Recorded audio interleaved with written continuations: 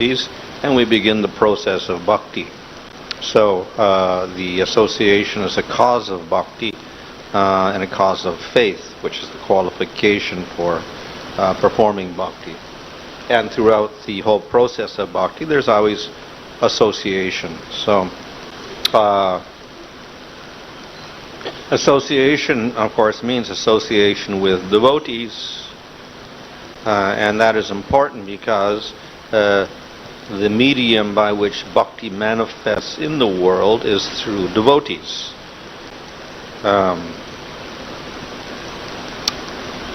Bhakti is spiritual.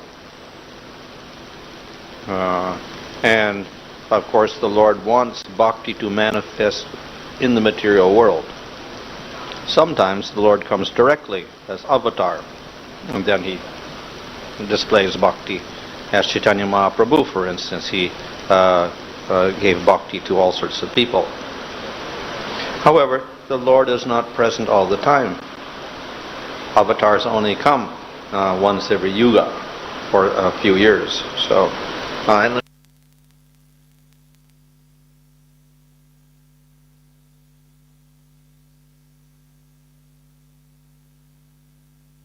meantime, there has to be a method by which bhakti manifests in this world. So that is through the devotees of the Lord. So when the Lord is not personally present, then the devotees in the Lord manifest that bhakti. Now, of course, they're not the Supreme Lord, so the bhakti does not manifest exactly in the same way. The Lord has specific powers which are remarkable, so the jivas don't have those powers. Nevertheless, the Lord does empower these devotees to spread bhakti. So it is through devotees that bhakti arises and bhakti develops in the material world. So that's why they're very, very important. So of course that means that when we talk about devotee, the devotee must have that bhakti. And we call on the devotee. So we have what is called the fake devotee. They're not real devotees, but they dress up like devotees. So that's not the association we're talking about. We're talking about a person who has sincere faith and is practicing the process of bhakti very nicely. So that association with the devotee encourages another person to take it up, and then he advances on the path. So what is the function of that devotee? How does his association produce effect? And one, of course, is simply influence. Another, of course, is instructions. So instructions are important because otherwise we may have spiritual interest, but we don't have clarity on what to do and how to do it, and what the goal is. So it is through knowledge conveyed by the devotees that we actually get a clear idea of who is God, how to worship God, what is our conduct, etc. This, of course, is also coming from Scripture. So we can also just read Scripture and get some information that way. But usually that is not sufficient. We also need clarification of certain points and practical advice on how to implement bhakti. So we need the devotee there as well. And the devotee, of course, acts as a source of inspiration for another person. So therefore the devotee is very important because he transmits knowledge. So this is not normal knowledge. We have material knowledge transmission. That's, of course, in the material world we do that all the time. But this is spiritual knowledge. So it is spiritual because not only it's scriptural, but it comes through the devotee. If it doesn't come through the devotee, it comes through another person, then it becomes material knowledge. It loses its proper quality. So that knowledge comes through a devotee, then it has its spiritual significance and influence on the person. So in this way, very important that we take that association. So, what is the attitude of the person who receives mercy and knowledge? Yes, he has to be a worthy receptacle. He has to accept that knowledge properly. He has to have faith. He has to have respect. He has to have a desire for spiritual advancement. So that's his qualification for accepting the knowledge. So once that happens, and then there's a responsibility on the part of that devotee. He has to do something. He has to do activities. He has to follow the instructions. So though the devotee can give knowledge, it is up to the individual to start practicing properly. So there's some responsibility on his part. He implements the instructions properly, then he will get proper result. So that is pretty straightforward. The individual is influenced by other human beings. And that influence plays a huge role on the development of an individual. So, of course, in early life, the parents are the main influence. And this will produce the adult and his qualities, interests, etc. to some degree. If it is the parents are favorable spiritually, then it's a good asset. If they're not, then it's the opposite. We end up with opposite tendencies. So that type of association is a little bit unpredictable. But if we have a good fortune of having good parents, then we get proper upbringing, and the result is very good. Then the influence of the devotee is there. So it's compared to a spatika. A person is like a spatika, and if we put the clear crystal near a red object, it looks red. If we put it near a blue flower, it looks blue. Put it near a yellow flower, it looks yellow. So people are like that. They are like spatikas. And according to their association, they pick up qualities. So as I said, when they're children, they associate with parents and they pick up their qualities. Later on, they associate with other people, with friends and whatever like that, and they begin to pick up those qualities.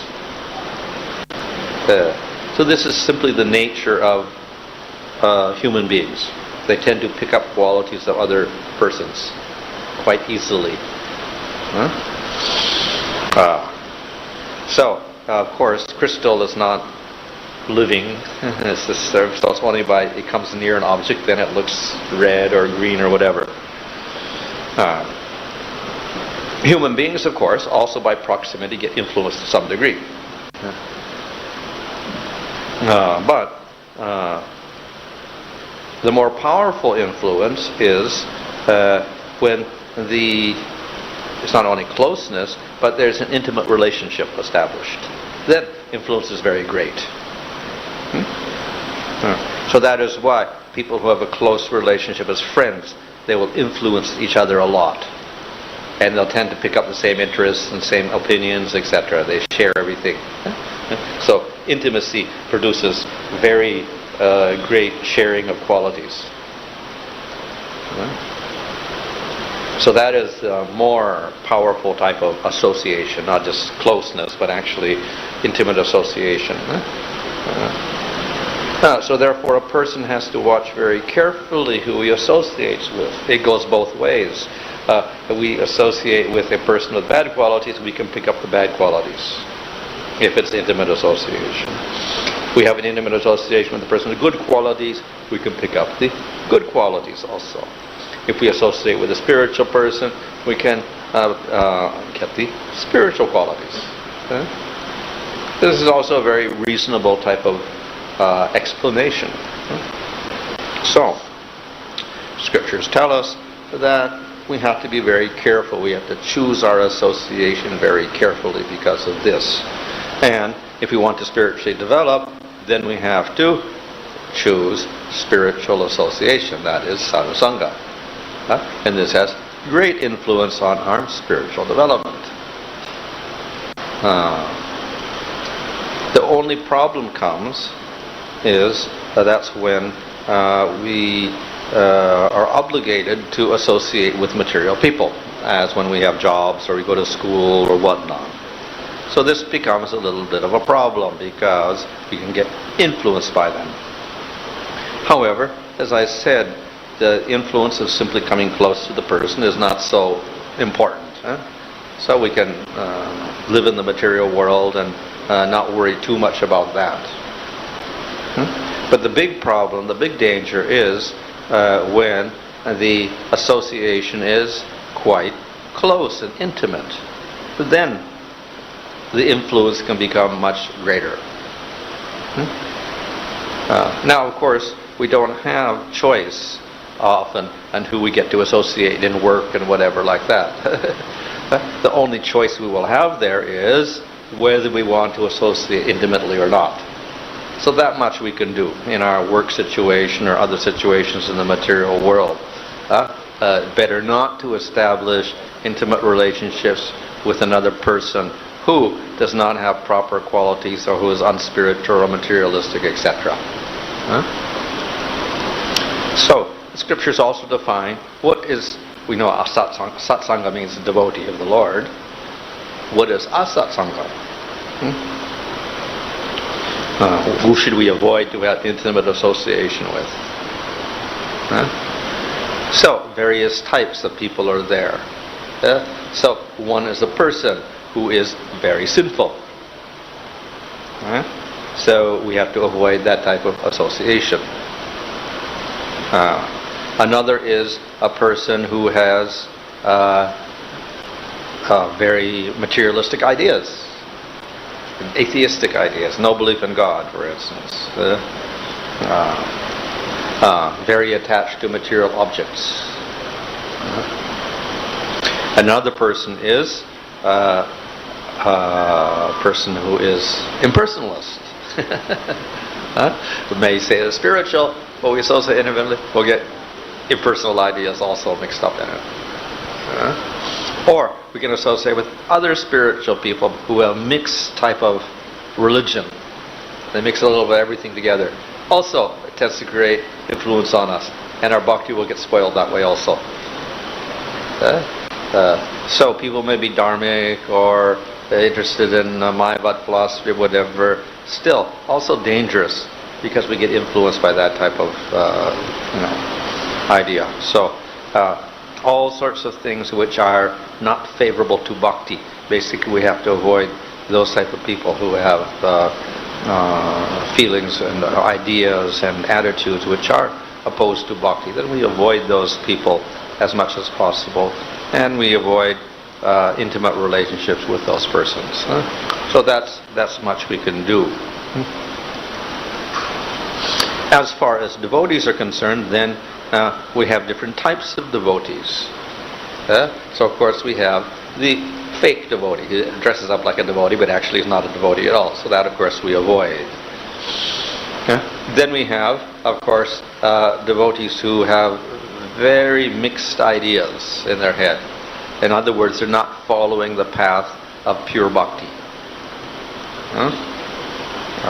So we can associate with such persons, but we also have to be careful. And we don't act as an equal, rather we try to give them good guidance by which they can get pure bhakti. Then we have devotees who are practicing pure bhakti. So there we can establish intimate relationships as equals. And this is very good for our advancement. So we can, in the Nectar of Instruction it says you can exchange gifts or other things, other items, and you can exchange food, prasadam, or you can exchange knowledge. These are good exchange. Then there's association with the superior devotee. So in that relationship, it's not an equal relationship. There's other person superior. So there we take instructions and we gain knowledge from that person. So we have different ways of associating with different types of devotees. And we do so in this way, then this is the cause of our advancement. We associate with different types of devotees in different ways, avoid the non-devotees, and then we can advance very nicely in our devotional service. So there's nothing so complicated about this. We avoid the non-devotees and we associate with the devotees in these different ways. And this will help us advance very nicely. So in Chaitanya Charitamrita, Chaitanya Mahaprabhu gives an example of the seed of bhakti being planted in the heart by Guru and Krishna's mercy in the favorable field of the heart, which means the person has shraddha or faith. Once the seed is planted, then it should sprout and grow leaves and gradually grow and grow and grow and then develop flowers and fruit. That's the natural progress of a seed. However, that seed does not just grow on its own. It needs careful attention. So once the devotee has faith and he has the process of bhakti, that devotee is responsible for his sadhana. So he must cultivate that plant, not anyone else. So the devotee is the gardener, and the gardener has to be responsible. The gardener also has to have knowledge. You can't be a gardener if you think that we can make the plant grow without water or without sunlight or whatever. So we have to have some knowledge about bhakti to see how the bhakti can grow. So it's not only we get mercy from devotees and whatever, we also have to be responsible to cultivate that plant of bhakti in the proper way, using proper knowledge, proper methods, proper actions, proper attitudes, etc. So if we follow the process given by the devotees in scripture, then okay, we can do it. We get the knowledge and we can do it. Just like a person, he may not know too much about gardening, but he can get a book and then he can start reading about how to care for a certain plant, whatever like that. Or he gets instruction from another person who's growing those plants, and then he's able to do it. So it's not such a difficult thing as long as we follow the instructions properly. But nevertheless, he has to do the work. So he has to water the garden. He must see that there's no weeds in the garden. He has to protect the plant, give it sunlight, etc. So similarly, each devotee is responsible for the growth of his own bhakti. He has to do certain activities in a certain way. So watering is like the hearing and chanting processes. We have to do these properly, and you have to do it regularly. If we water a plant once a month, it's not going to survive. So therefore we water daily the creeper of bhakti by chanting daily, hearing daily. This is regular process. And we do it very attentively. There is even in a, what they call it, material science, they take care of plants and they water them and whatever, they grow whatever. But they also found if you cultivate the plant with care, it grows better. If you cultivate the plant and you curse it all the time and make fun of it, then it doesn't grow properly. So therefore, yes, we follow the procedure, but we do have to have that devotion in our cultivation. Always necessary. So, in this way we cultivate. But then, of course, the weeds grow up, and we have to pull out the weeds. So these are called the different anarthas that may appear in our bhakti. So who pulls the weeds out? The gardener. You can say, oh, somebody else is going to pull the weeds out. I'll just relax. I'll water the garden, but I won't pull the weeds out. No, you have to also pull the weeds out. So we cultivate bhakti, but then material desires start creeping up, whatever, bad habits creep up. So we are responsible for inspecting and seeing these things and removing them. So we have to examine ourselves and see the unfavorable aspects and then try to remove those anarthas. And then there is aparad, offense. So, of course we have the 10 aparads, nam-aparads, very famous. So, among those, the offense against a devotee. Vaishnava aparadha is considered the most serious. It's called the mad elephant offense. So a mad elephant is an elephant that's gone crazy. And therefore it comes in the village and it just pulls everything up. So in this way, you cultivate your plant of bhakti very nicely, but mad elephant comes along and the plant is gone. No plant. So in other words, the Vaishnava aparadha can destroy the bhakti. So we have to be very careful that we avoid the Vaishnava aparadha, offense against devotees. So one way of preventing it is we build a strong fence around the plant so the elephant can't get in. So what do we make the fence out of? So we have association of devotees. So this prevents us from doing aparadhas. So in other words, if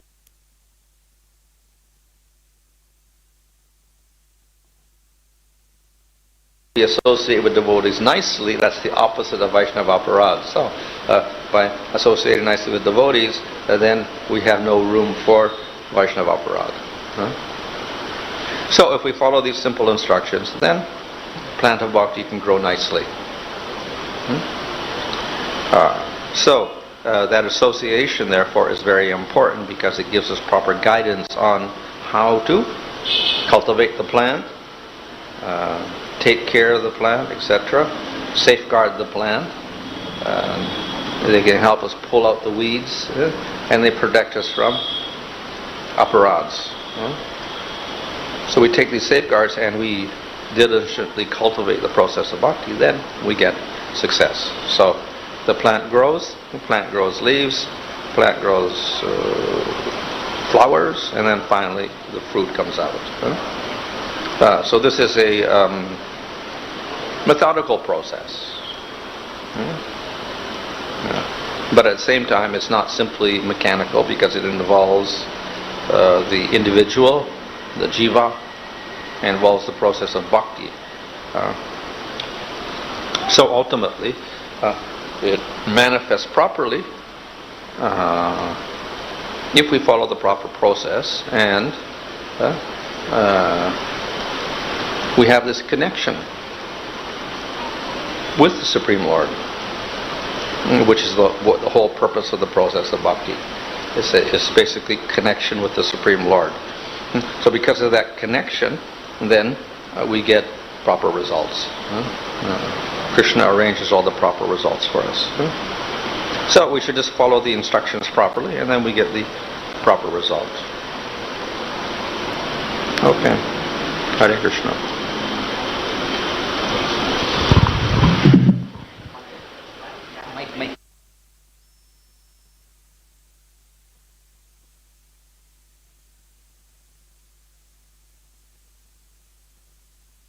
Hare Krishna, Hare Krishna, Hare Krishna,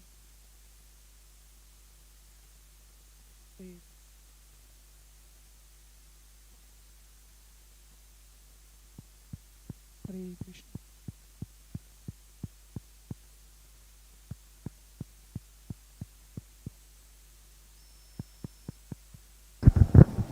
Hare Krishna. It was a very short, wonderful class where Maharaj is telling we have to deal with different devotees in different way. So, thank you, Maharaj.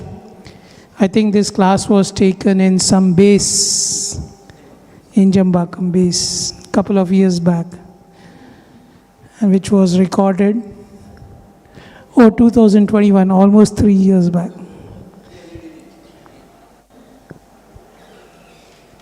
It's a Vyasa Puja class. Okay. So we'll start with glorification. I have taken some names in the random order, first come first basis. I'll again announce there is a book table for Maharaj books which he has translated. Then there is Jai Krishna Charan Prabhu who is collecting donation for today's festival. Anybody who want to contribute, please come forward and you can do online transfer as well as give him cash. And you can tell the name and address for the receipts to him. Now we will start with glorification. First name I have in the glorification. Devotees can please voluntarily come and forward and give your names. I have taken 6-7 names on my own because I know who have been glorifying in previous years. We'll start with Srinivas Nitai Prabhu. Then we have Shyam Balram Prabhu, Dharapati Prabhu, Jeevan Gaurhari Prabhu. Others can please come forward or just text me that your name to be added so that I can add in the list. Thank you very much.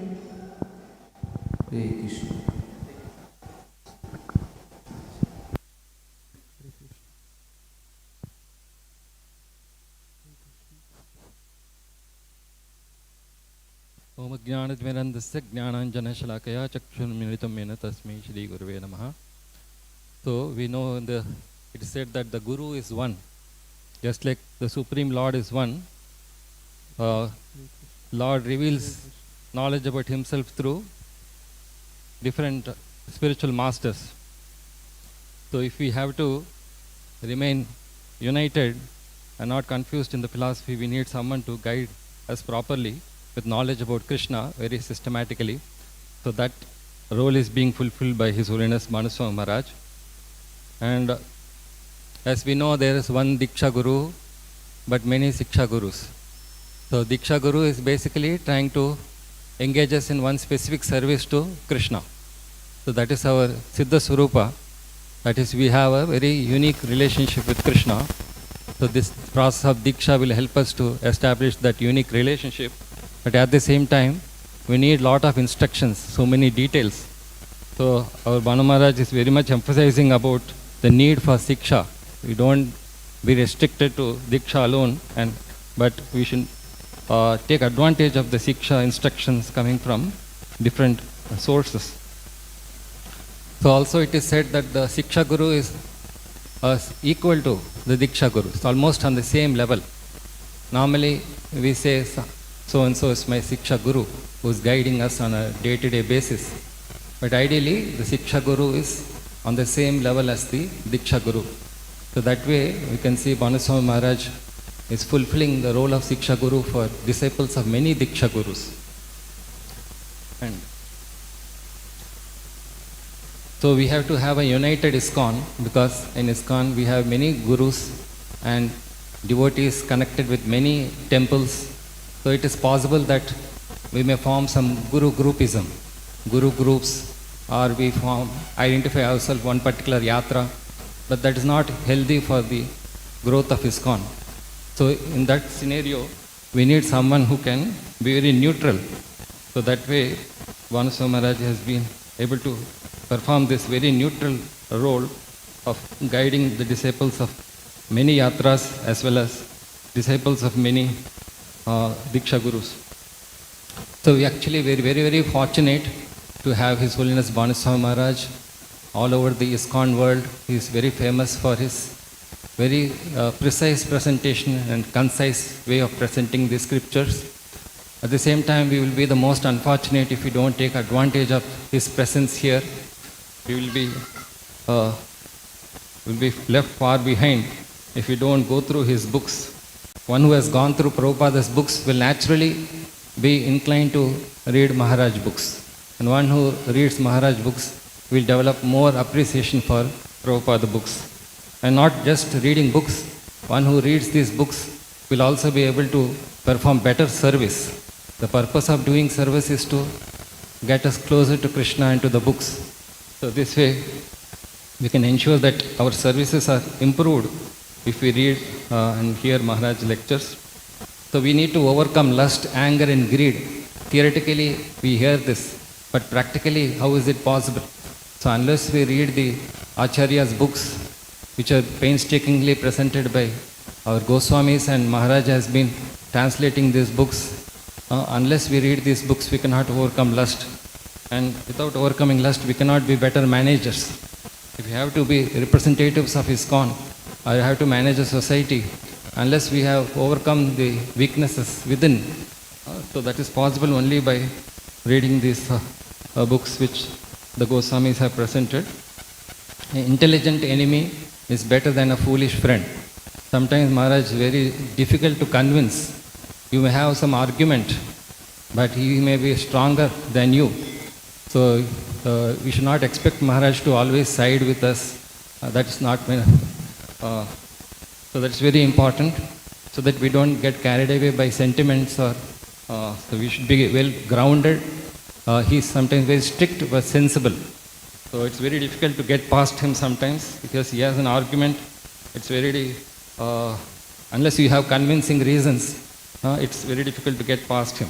So that is very important as a leader of the organization.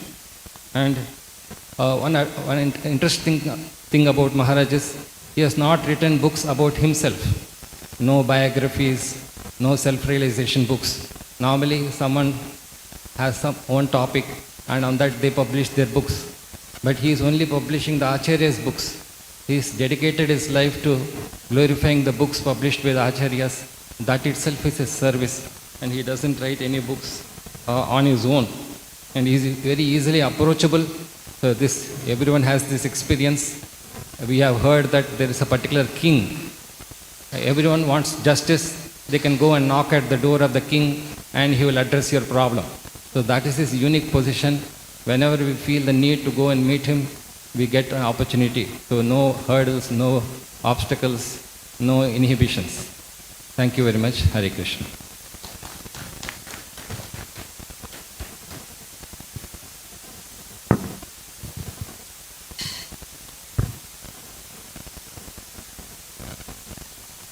Since the number of speakers are less right now, still we can limit ourselves to 5 minutes or maybe 6 minutes maximum. But as the speakers increases, we will reduce the time. Second name I announced was Shyam Balram Prabhu, I think. Please come.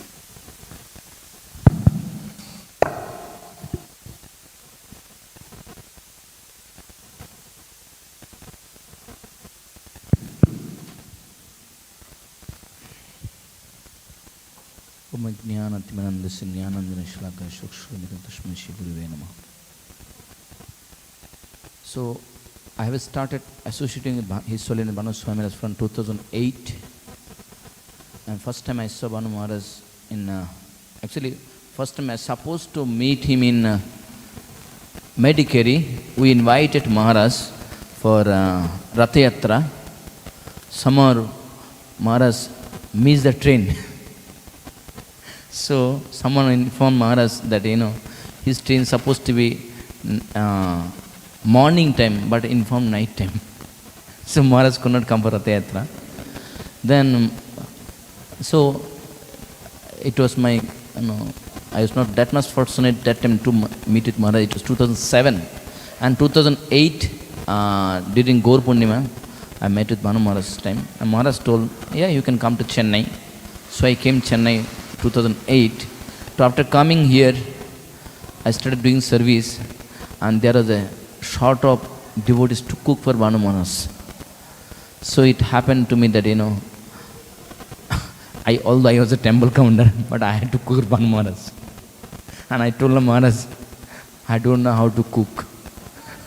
This is my first problem. He said, don't worry, I will teach you. So then I started serving Rajbhog, but Maharaj needs chapati. But I said, I don't know. This is my problem first.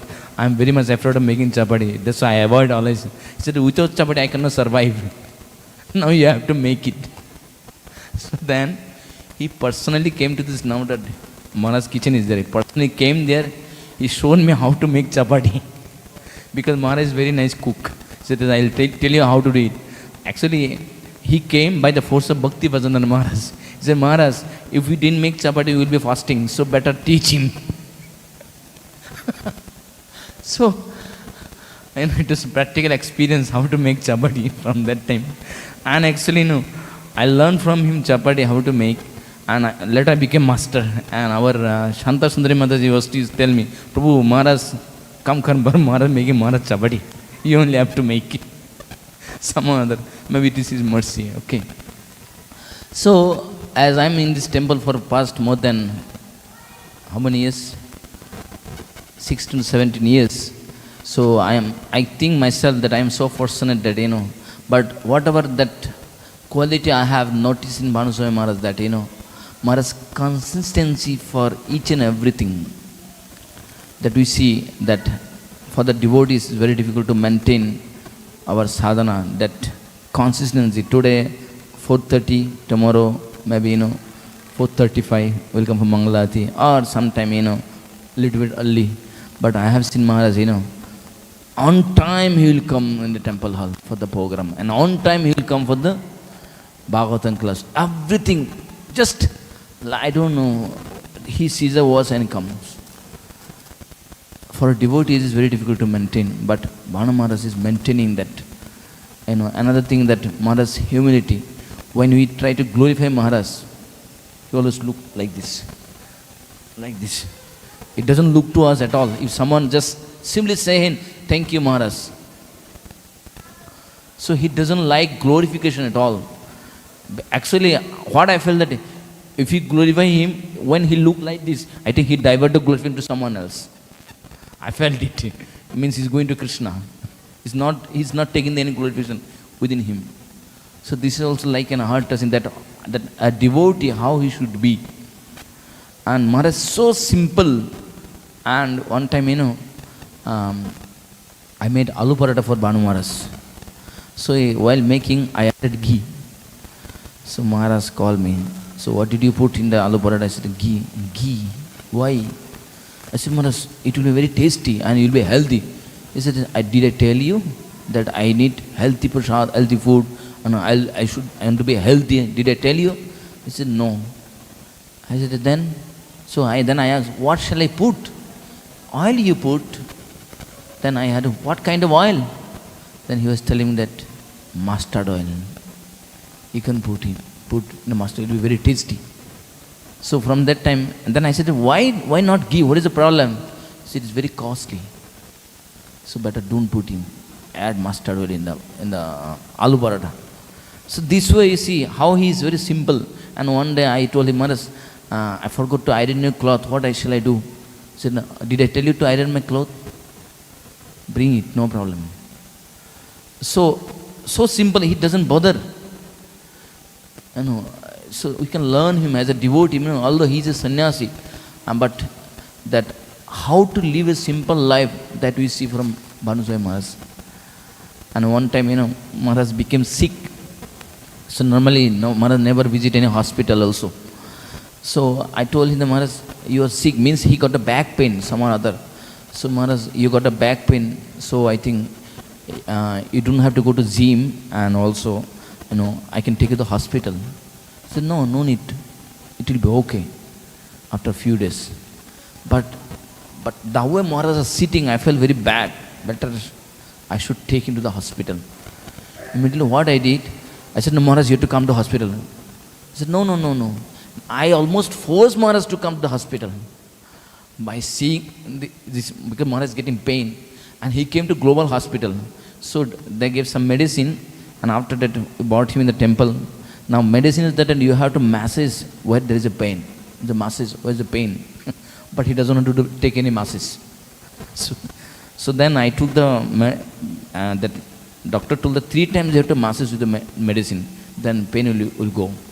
So morning day, first day I went, Maharaj, I have to massage your the pain, where you got the pain. He said, I don't have time. He was saying, I don't have time. I said, but doctor told to massaging in your that place. Then by force, somehow I made him lie down, and I did it. And again afternoon I went, and again he was telling me, why are you disturbing me? I have a work to do. I said, Maharaj, doctor told me to come, that's why I am coming, not what I can do. So like this, 2 days he allowed me to massage where there is a problem. And 3 days he said, you don't have to come, I'm okay now. So see, Maharaj is so much concerned about the time. And I don't know, you have observed or not.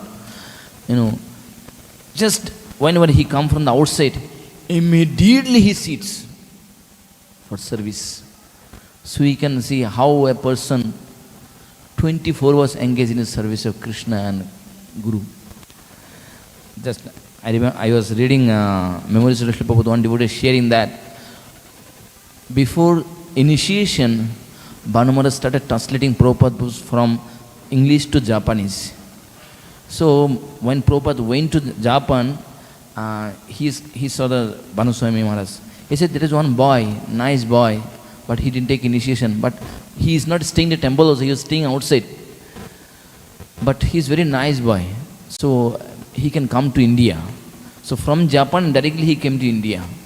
That time also he didn't get initiation. But what Prabhupada said is, he is translating my books very nicely from English to Japan. But I think he is, from previous life he is translating the books. That's right now he is translating the books. So he has a habit of translating the books. That's what we see from Bhanu Maharaj here right now, how he is translating so fast all the books. So that means this is not this lifetime, this comes from the previous lifetime. That Prabhupada said this one. Okay, so you can see that how Maharaj, so much engaged in the service of Krishna and order of Srila Prabhupada. So we can learn from this that if you also engage, and the way Bhanu Maharaj is setting example for us, because those who are living in Chennai, we all accept him as like our Shiksha Guru. Or Srinivas Nitya Prabhu was saying that, one day Bhanu Maharaj was saying that, actually Shiksha Guru play greater role than the Diksha Guru.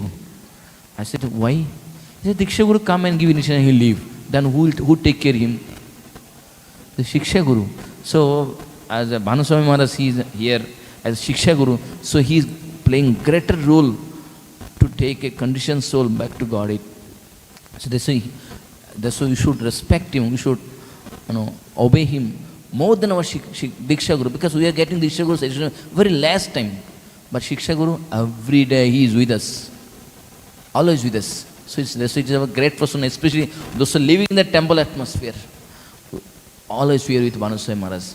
Hare Krishna. Thank you so much, Prabhu.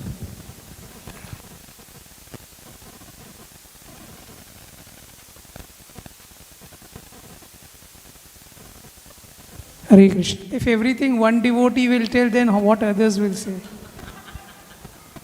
Who was the third person and announced? Dharapati Prabhu.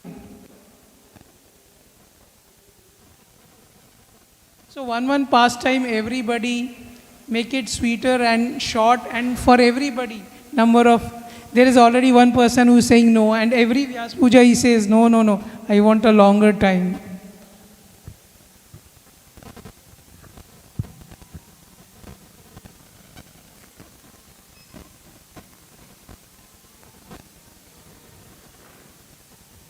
Hare Krishna. So, in Maharaj, in many of the classes, he concluded Bhakti Yoga is superior. So, one time I asked Maharaj, how to practically follow this Bhakti Yoga? Maharaj said, MTJC. Normally, this kind of answer, abbreviated answer, I never seen Maharaj gave this kind of answer. Then Maharaj expanded the abbreviation, Mangalarti, Tulsi Puja, Japa and class. This is Bhakti Yoga, Maharaj said. So, when we see practically, Maharaj is following something above. So, what Maharaj is following is MTJ, DGC. Mangalarti, Tulsi Puja, Japa, Darshanarti, Guru Puja and class. Then, among the Bhakti Yoga, different process of Bhakti Yoga, Maharaj mentions many of the classes, chanting the holy name is superior. So in 1996, Srila Prabhupada's centennial year, we had many programs. Those programs were announced globally as never before, never again. So Maharaj specifically gave one service to me to coordinate spreading the holy name. Then one time Maharaj told me to go japa walk with my spiritual master, His Holiness Jayapataka Swami Maharaj. And I had the opportunity to go on japa walk several times in T Nagar many of the roads and almost all the parks, Panagal Park, Jiva Park, Nadesan Park, in all the parks, along with Guru Maharaj, we did a japa walk. And then, so seeing all these things, Maharaj is very specific in spreading the holy name. We have 3 programs coming up. Coming week, we have a japa walk to satisfy Maharaj, conclusion of spreading the holy name. And then the following Sunday, 5th, we have 64 round chanting. Then we have Madhura Mahotsavam. So these 3 things we are presenting to His Holiness Bhanu Maharaj to make him happy and following the rules and regulations. And then one time, one of my big donor, he arranged his son's marriage at Tiruvanmayur, Hare Krishna movement. So I was in dilemma whether to go or not. So I went to Maharaj, I asked, can I go to the marriage? Maharaj said, you go to marriage, but don't eat there. Hare Krishna. I have many pastimes like this because time is done. Hare Krishna.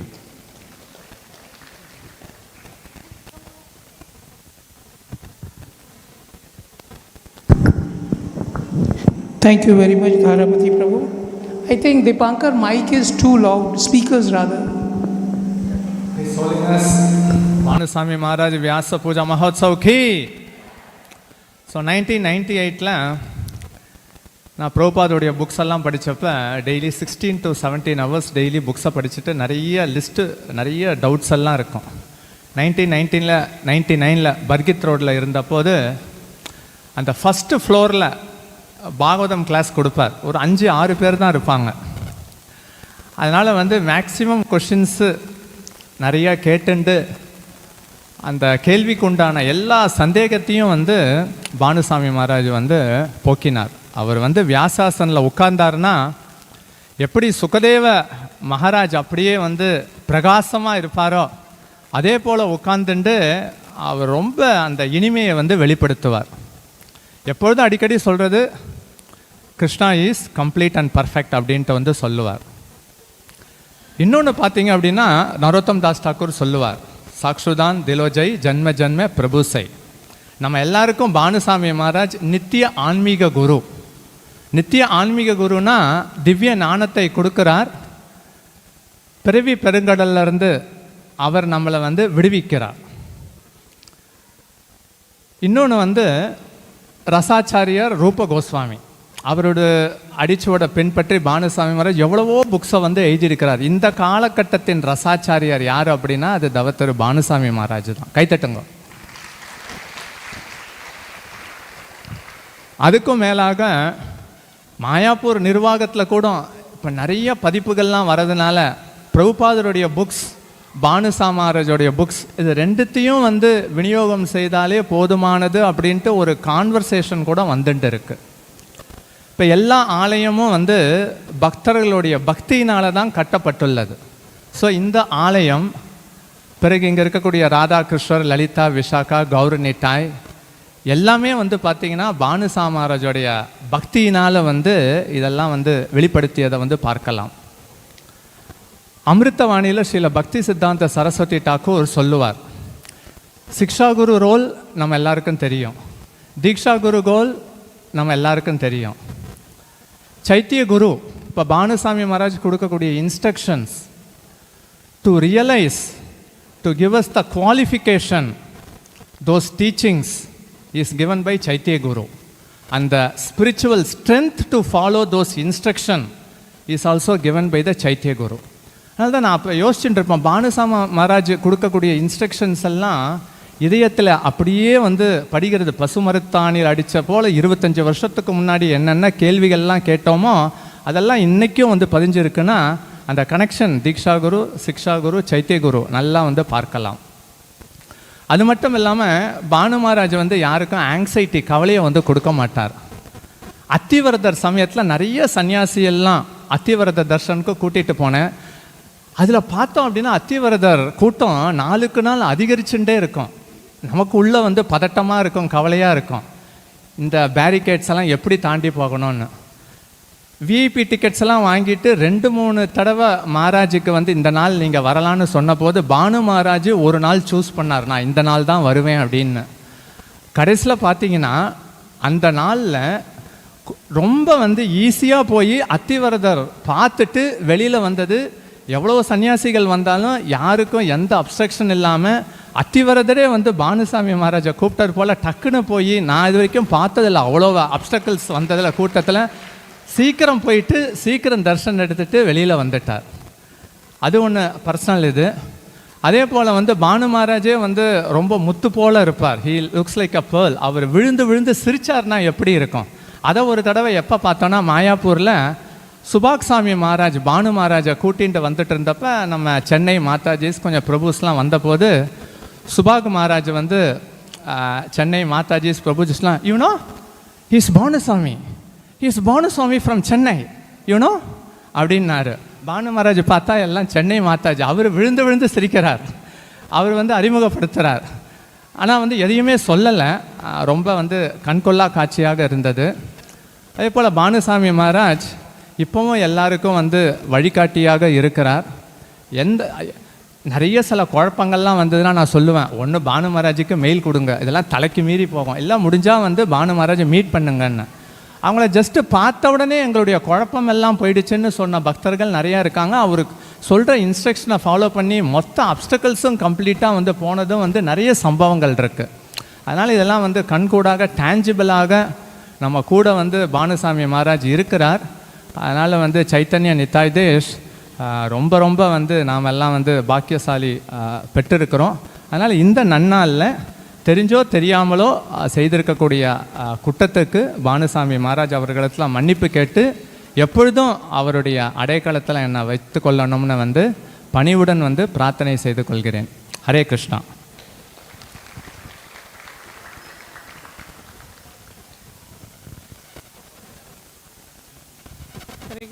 Thank you very much, Prabhu. Now we have Rao Prabhu, then Kalanidhi Prabhu, then Amrendra Prabhu, and then Sukirti Mataji.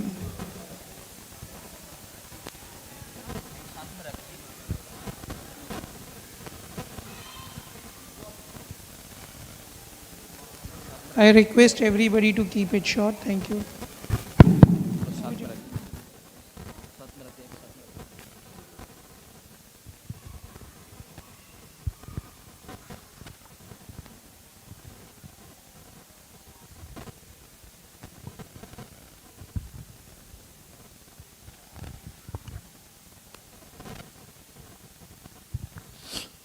हरे कृष्णा. ओम ज्ञानतिमिरन्दस्य ज्ञानाञ्जनशलाकया चक्षुरुन्मिलितं तस्मै श्रीगुरुवे नमः. मुखं करोति वाचालं पङ्गुं लङ्घयते गिरिं यत्कृपातमहं वन्दे.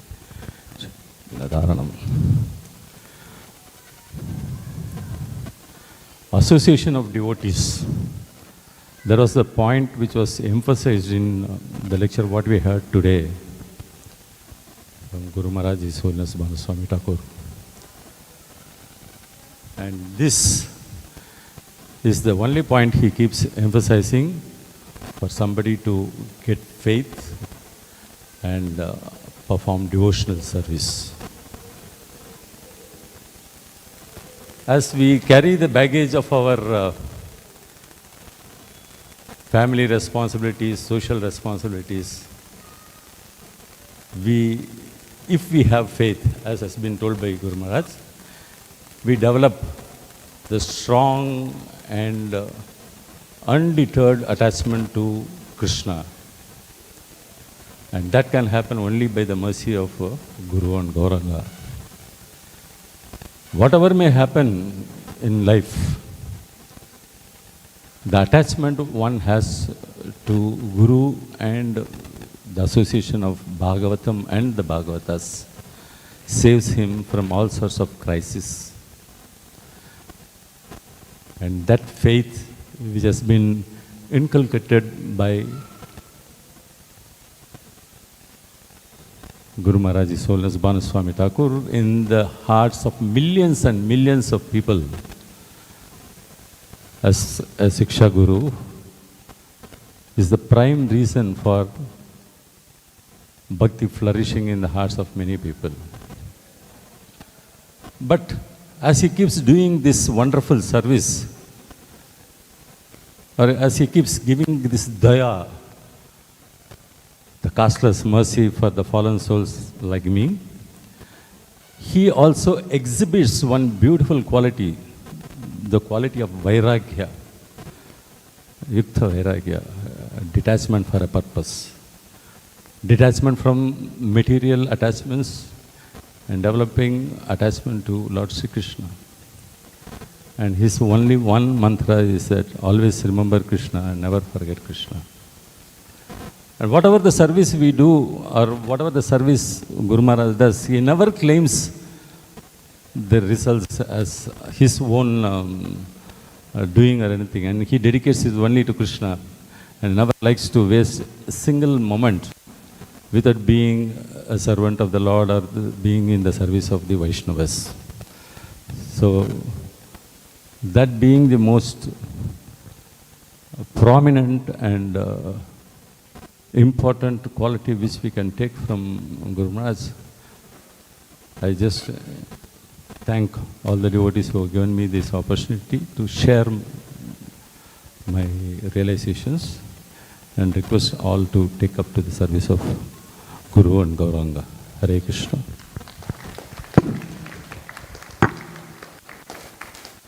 Hare Krishna. Now Kalanidhi Prabhu, and just a small announcement. We have Maharaj translated books table on the right hand side if somebody wants to buy a book. And we have Jai Krishna Charandas Prabhu, who is collecting funds for celebrating this festival. Anybody who want to contribute, please come here and help. Also, we are renovating Maharaj room, and we are almost temple is spending around 2 lakhs of rupees. If anybody want to contribute for the same, please come forward and contact me. Thank you. Hare Krishna. So இந்த அற்புதமான வாய்ப்பை தந்த கோவில் மேனேஜ்மெண்ட்டுக்கு என்னுடைய மனமார்ந்த நன்றிகள். மகாராஜை பற்றி ரொம்ப அழகாக ஃபவுண்டேஷன் லே பண்ணார் ஸ்ரீனிவாசன் தாய் பிரபு. ரொம்ப அழகாக பர்சனலாக ஷாம்பல்ராம் பிரபு மகாராஜை பற்றி நிறைய சொன்னார். ஸோ நான் ஒரே ஒரு பாயிண்ட் மட்டும் எடுத்துக்க ஆசைப்பட்றேன். இந்த பாயிண்ட்டை ஏற்கனவே டச் பண்ணிட்டாங்க. சிக்ஷா குரு தீக்ஷா குரு, அது இஸ்கான் இயக்கத்துக்கு ரொம்ப முக்கியமான கான்செப்ட்ஸ். அது ஒவ்வொருத்தரும் ஆழமாக புரிந்து கொள்வது அவசியம். பிரபுபாதருக்கு அடுத்தது பிரபுபாதருடைய டிசைப்பிள்ஸ், அதுக்கப்புறம் டிசைப்பிள்ஸோட டிசைப்பிள்ஸ், இப்படி இந்த இயக்கம் வளர்ந்து கொண்டிருக்கிறது. பிரபுபாதர் நம்மிடையே இல்லை. பிரபுபாதருடைய டிசைப்பிள்ஸ் ஒவ்வொருத்தராக மறைந்து கொண்டு வருகிறார்கள். இஸ்கானுடைய எதிர்காலம் என்ன அப்படிங்கிற ஒரு பெரிய கேள்விக்குறி உண்டாகிறது. அப்போது அந்த காலி இடத்தை நிரப்பும் விதமாக நம்முடைய ஹிஸ் ஹோலினஸ் பானுசுவாமி மகாராஜ் அற்புதமாக விளக்கங்களை கொடுத்துருக்கார். சிக்ஷா குருன்னா என்ன, தீக்ஷா குருன்னா என்ன. நான் அதிலிருந்து புரிந்து கொண்டது என்ன அப்படின்னாக்கா, தீக்ஷா குருவை நாம் ரகசியமாக வைத்து கொள்ள வேண்டும். என்னுடைய புரிதல் அது எவ்வளோ தூரம் சரி தெரியாது. நான் பானு மகாராஜ்கிட்ட இதுவரைக்கும் கேட்டதிலிருந்து தெரிஞ்சது என்னென்னா, shiksha guru more important. Shiksha guru should be given prominence. Shiksha guru மூலமாக தான் நம்ம கண்டினியூவஸ் அசோசியேஷன் எடுத்துக்கிறோம். அவர்கிட்டருந்து we are getting all clarifications.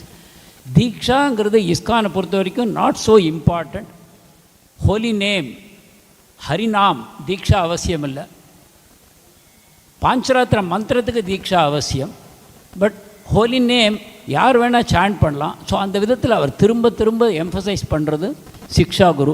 அது எதுக்கு அப்படின்னாக்கா, நம்ம எல்லாருக்குமே ஷீலா பிரபுபாத் சிக்ஷா குரு.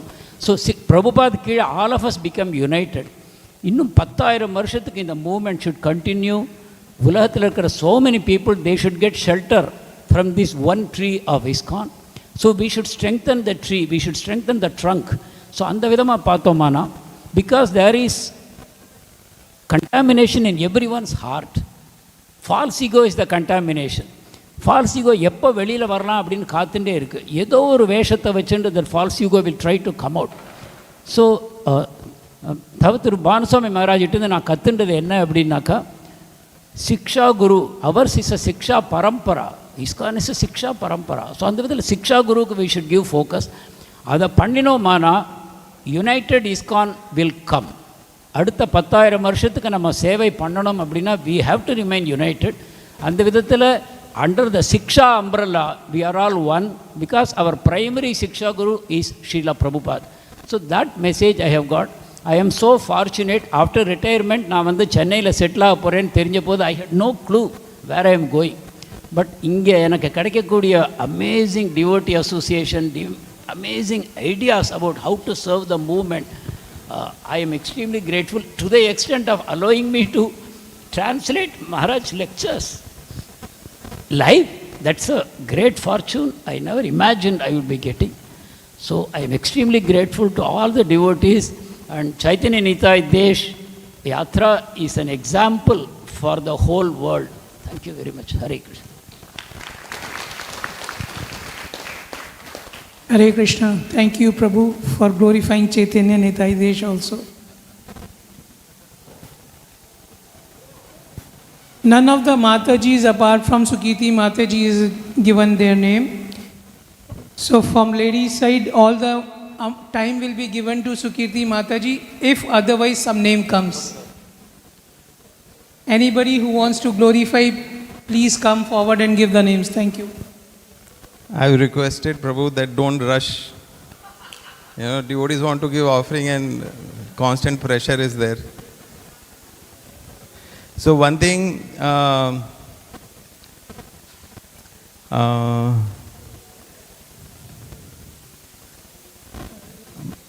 Maharaj is one person, you will not know if you have offended him, whatever, you will never know.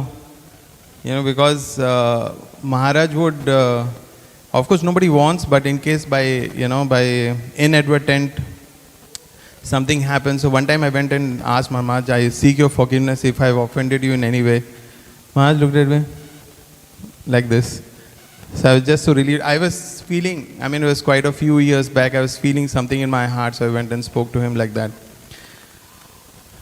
So, when so many devotees spoke about translation. So what I heard from Maharaj was that Maharaj wanted to study the previous Acharya's book, and because he was reading, he translated, and then because for his own study, and therefore he is also sharing it with the whole world. So one thing which I appreciate is that the quantum of this service, the monumental service that he is doing to this movement in translating all these books. Like Prabhupada said, this movement will continue for 10,000 years, Prabhupada books will continue for as long, and I am sure Maharaj books will also continue for as long, because this is a monumental contribution to Gaudiya Vaishnava movement, and yet Maharaj is completely prideless. So that is something which I aspire for. I may do some little service and then name, fame and some pride will come. But there is no tinge of any pride. So that I really appreciate in Maharaj. And I guess it's because he is a completely pure devotee. I remember I am listening to Maharaj from sometime in 2003. I don't remember Maharaj speaking something different till now. So Maharaj, in my understanding, is already pure devotee, self-realized, perfect devotee at that time itself, or earlier, whatever. So also devotees, we become devotees, and then there is a concept of boiling the milk.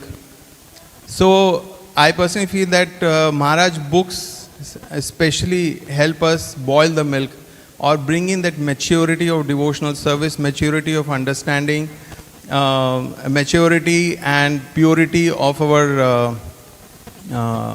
attitude in Krishna consciousness. Interestingly, one devotee highlighted that Maharaj has not written his own commentaries or written a book. So if you read Maharaj translated books, so there are footnotes where Maharaj would clarify. but primarily his realizations are shared through his classes. So therefore, it's important for us to listen to every word of Maharaj, because some very studious devotees and like Shyam Balaram Prabhu, reading so many books, Bhakti, Sarvabhauma and all, for some of us it may not be practical. So Maharaj is there, who has not just read but translated all these books, and when he is speaking the conclusions of all the literature that he has translated and more. So as devotees highlighted, he talks about pure devotional service, he talks about chanting the holy name, and that's about it, I guess. So Maharaj also says, how do we respect spiritual master? Because we must recommit ourselves to, properly respecting. He is beyond extraordinary. His Holiness Bhanu Swami Maharaj is beyond extraordinary. It is our limitation and our imperfection that we are not able to understand his greatness. And one thing which Maharaj would say, that how do we respect spiritual master, is by following his instructions. So Maharaj's lectures are his instructions. Some of us are fortunate, we may receive some personal instructions also on the way. Sometimes over the course of a decade and more, there were times when sometimes we'll go and discuss some issue with Maharaj and all, and Maharaj is never casual. I have not seen him casual. He's always very grave. Even if he's smiling, apparently joking, but he is very grave. So his statements should not be taken lightly. So one time I remember there was one devotee, he was interested in joining full time, and we brought him to Maharaj. And Maharaj, just like that, he said, he asked him a couple of questions. Where are you working? What are you doing? This, that. So Maharaj said, maybe he can continue there. Wherever he is working, let him continue there and do some Bhakti Vriksha. But he was interested in joining full time. We were interested in making him join full time, but that didn't last. Sometime he actually had to leave and he went back. So Maharaj may speak, but we have to listen carefully and hold those statements. So some devotees shared their personal experiences with Maharaj.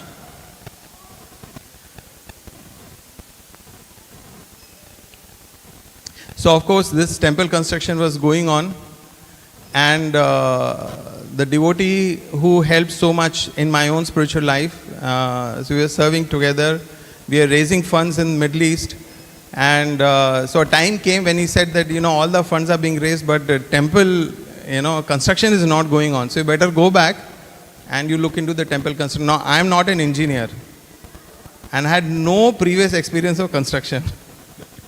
And that is the scenario that I came here. And then gradually there was one very wonderful devotee, Balasubramaniam Prabhu, retired engineer, and with his guidance and grace, some of the construction started and things were happening.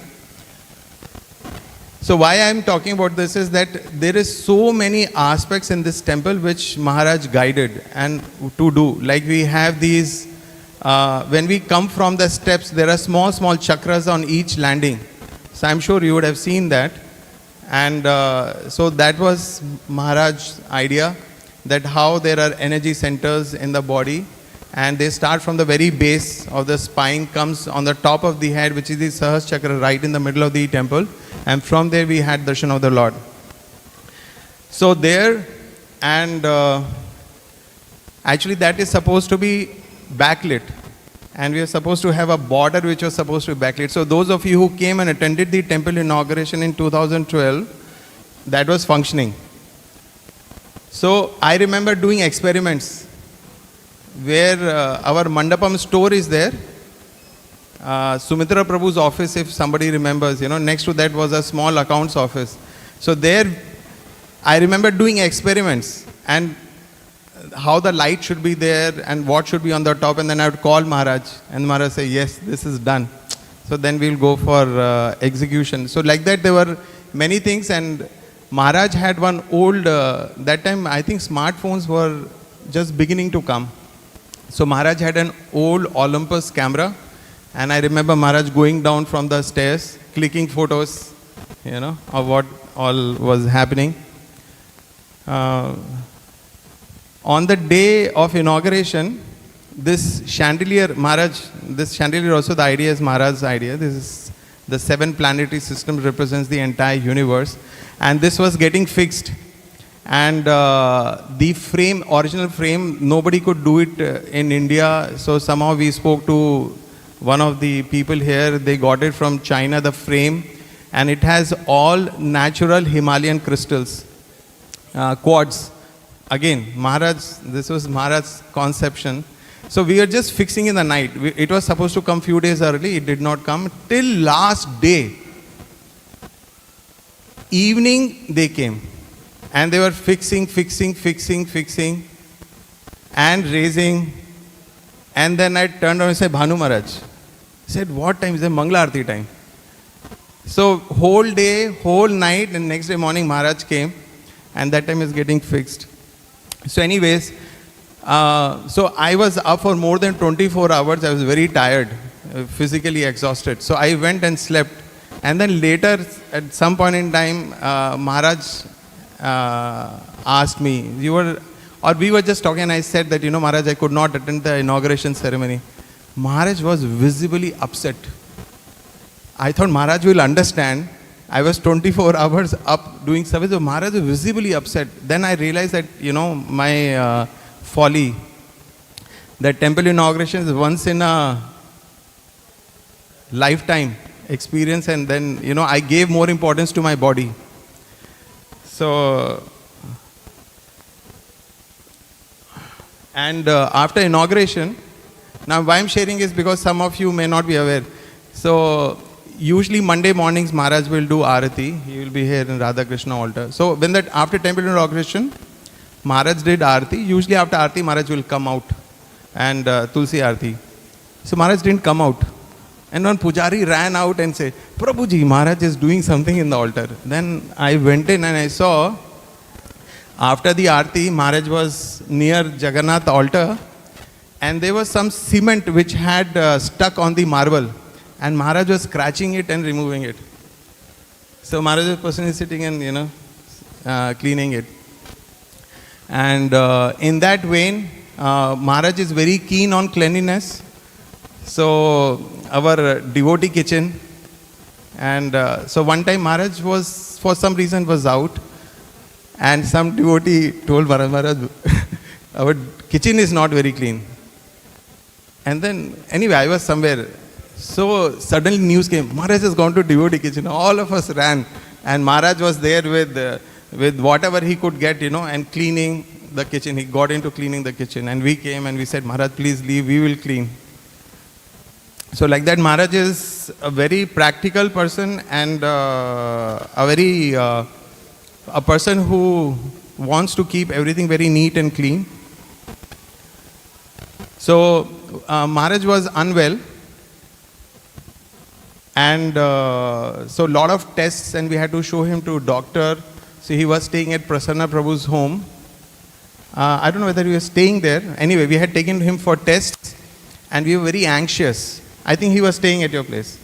And we were very anxious for the reports to come. We know he's one of the healthiest Prabhupada disciples and sannyasis in ISKCON world, and we wanted to keep it that way.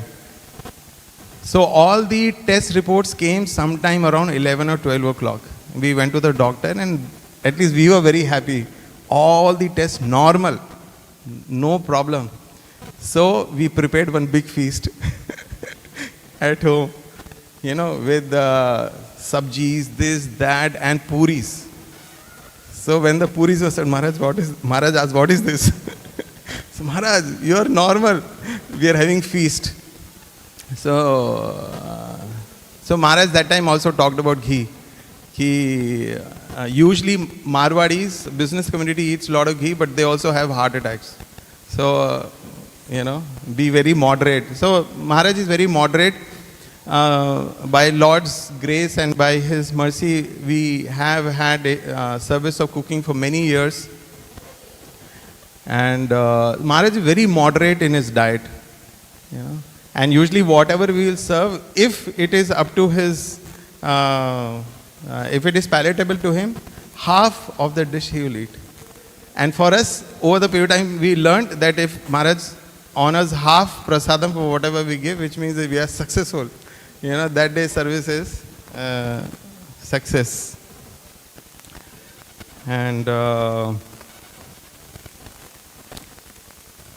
he is raising his hand. So, one last thing.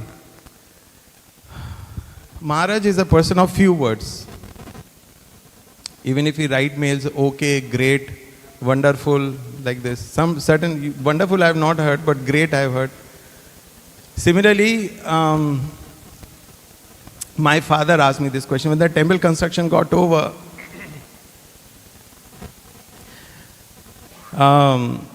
And His Holiness Jayapataka Swami Guru Maharaj was visiting. After the temple inauguration, when Guru Maharaj went down, and I was sitting with some devotees there in the pandal. So some devotee came running.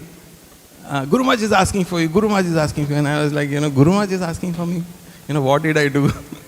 So anyway, I came running, and Guru Maharaj was here just getting into his car, and he embraced me, as an expression of thanks for the temple construction.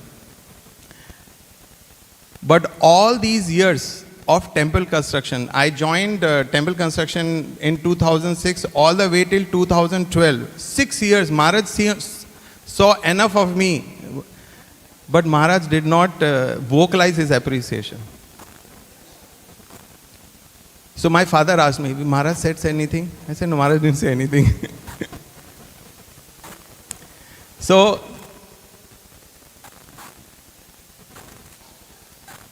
we should do service, and we should do it complete with a pure attitude, without expecting, forget about return, without expecting any appreciation also. So keep it completely pure. Whether devotees appreciate, not appreciate, we just do a service without any desire for name, fame. So why I made this point is, it is not that Maharaj does not notice. So there were cases in the temple where one senior devotee had some financial, some financial irregularity came to notice. And the management was financial irregularity, we should take action. Maharaj was saying, but what did he do with the money? Then we said, Maharaj, it doesn't matter, Maharaj. Money is missing, so action we should take. But what did he do with money? How will we know what did he do with the money?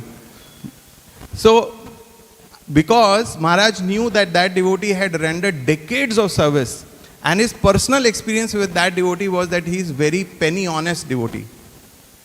So which means there would have been some error, some mistake somewhere would have happened, but he would not have used that money for his sense gratification. So Maharaj was standing like a rock. Despite whatever we went and we said, we could not budge Maharaj. And a similar thing happened in my own case also. Some devotees were, for whatever reason, they had issues. And some discussion was going on, if devotees are aware, in the Kerala house. And His Holiness Jayapataka Maharaj had come. He was flying in from Dubai. Bhanu Maharaj was here. And there was big discussion, many devotees, and, was going on. And me and Sukirti were in the center of that turmoil. It was all about us. And so there, I think His Grace Ranga Krishna Prabhu was there, personally present in that meeting. And Prabhuji later shared that how it was His Holiness Bhanu Swami Maharaj who convinced His Holiness Jayapataka Maharaj about us. Like giving a character certificate. Sometimes early in the school, character certificate would be given. This person bears good character. So Prabhuji told that how Maharaj gave a character certificate. That's how Guru Maharaj got convinced, and we were saved from some calamity. So very grateful to His Holiness Bhanu Swami Maharaj. I think he is our family Maharaj. Or other way, we are his family. We aspire to be his part of his family. And we are all imperfect and very limited and not capable enough and not sincere enough and so many faults, but Maharaj still tolerates and stays here. So we are very grateful to Maharaj. Thank you. Hare Krishna. Hare Krishna. So Amrendra can never complain now that he was not given enough time on any of the Vyasa Puja. And next time onwards, we'll make it short only. So we have almost 10 speakers, 45 minutes, maybe 50 minutes. And obviously Ranga Krishna Prabhu is going to speak in the last. So give him 10 minutes. So everybody, next 9 speakers has to limit themselves to 3 to 4 minutes. Sukirti will get an extra time because only one Mataji. And there is one. So your time is divided into 2. So now Sukirti will come, followed by Murli Prabhu and Srinath Prabhu.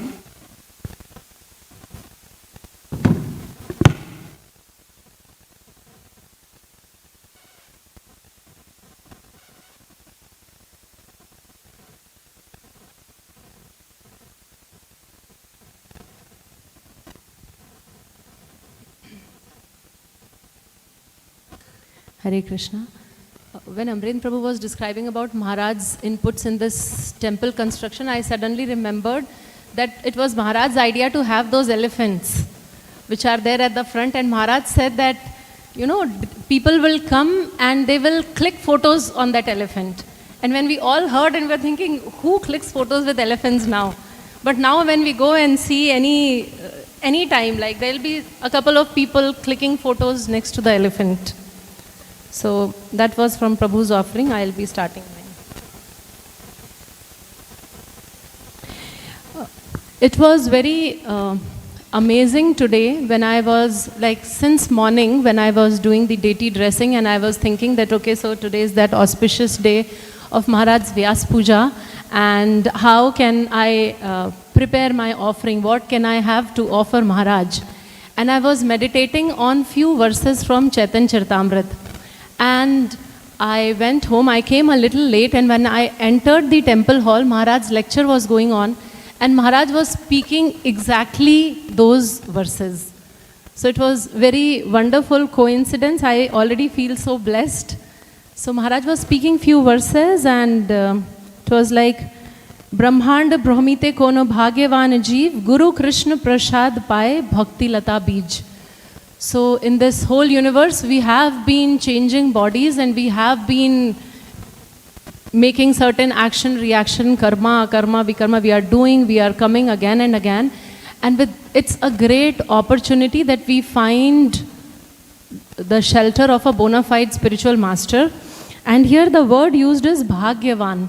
So I consider myself absolutely fortunate, absolutely blessed, because I am under the shelter of His Holiness Bhanu Swami Maharaj. He is amazing, and there is no one like him in my life. There is no one like Maharaj in my life, the way he guides me, the way he nurtures my devotion. So yes, there are so many personal incidents with Maharaj which are memorable, but today I thought that I would be glorifying his contribution in our spiritual life, his 30 minutes Bhagavatam class. So it's like the lifeline of the devotees, like in the same sequence in Chaitanya Charitamrita, if we read, so there is this verse which Maharaj was talking about in his class today. Malihana kare se bij aropana, Shravana kirtana jala karaye sichana. So Maharaj was telling that we have to become the gardener, and we have to take care of our own creepers, the Bhakti Lata Bij which is given by the Guru, and we have to do its sinchan, we have to give it water, we have to water this Bij, and the watering is the Shravana and Kirtan. Shravana Kirtan Jala Koreya Sichana. So Maharaj does that seva wonderfully. Like those of us who are not attending Maharaj's class, my prostrated obeisances, please, please, please do not miss this opportunity. That 30 minutes of nectar and the balance 23 hours and 30 minutes of our day is set when we attend Maharaj's class. So there is nothing so auspicious if we are in Chennai and Maharaj is in Chennai, and we must never ever miss Maharaj's lectures.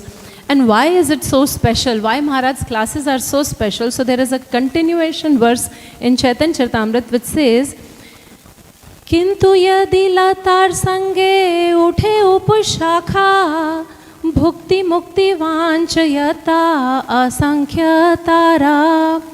So here the mention is about upashakha or the other creepers. So we are watering our devotional service with Shravan and Kirtan, and then there are chances that if the water is poured in the fertile ground, then some creepers would sprout. So Maharaj classes, they are laser sharp focused. And if we have that laser sharp focus, there is no opportunity for these creepers to arise. So here the creepers are referred to material enjoyment and enjoyment from liberation and other things. Now, if we attend Maharaj's class, Maharaj talks about pure devotional service. Maharaj talks about Krishna only. Like Maharaj's focus is so laser sharp that there is no description of other avatars also. So when Maharaj is talking, he is talking only about Krishna. And that is how our deity's name is Shri Shri Radha Krishna. Like only Krishna, one and only Krishna. So automatically when there is so much emphasis on pure devotional service and nothing other than pure devotional service and completely uncompromisingly pure devotional service, and that has been ingrained in all of us for decades now, that only pure devotional service, only that, only that. So automatically there is no opportunity for the creepers to grow. So I feel so safe and protected by Maharaj's classes and Maharaj's presence, that he would take care. Though this verse says that I have to be the gardener, but then he is there who will point out that where are the weeds coming from and how to take care of that. And then the next verse says, Seka jalapana upar shakha body yaya stabdhana mool shakha body tena paya. So if one does not distinguish between the bhakti creeper and the other creepers, the sprinkling of water is misused because other creepers are nourished while the bhakti creeper is curtailed. So this is Maharaj's super speciality, that he protects and he nurtures. His classes are nourishment to our bhakti lata bij. And like I'm sure most of us would have not read 150 books cover to cover. Maharaj has written, or rather translated, more than 150 books cover to cover. So that is his knowledge, and his knowledge base, like we all those who were doing Bhakti Shastri, we could experience, because Maharaj was giving the synopsis. We would invite him for each of the book, and Maharaj was giving the synopsis. Only one book I requested, Maharaj, could you please take the complete book? And Maharaj agreed. Maharaj said yes. And this is one book which I was always very scared of. Like I did not venture in that book. So I was very happy that, okay, so Maharaj has agreed, so I don't have to teach, and Maharaj would be teaching that book. And we invited Maharaj for Nectar of Devotion. And according to the syllabus, so Nectar of Devotion has to be taught for at least 20 hours.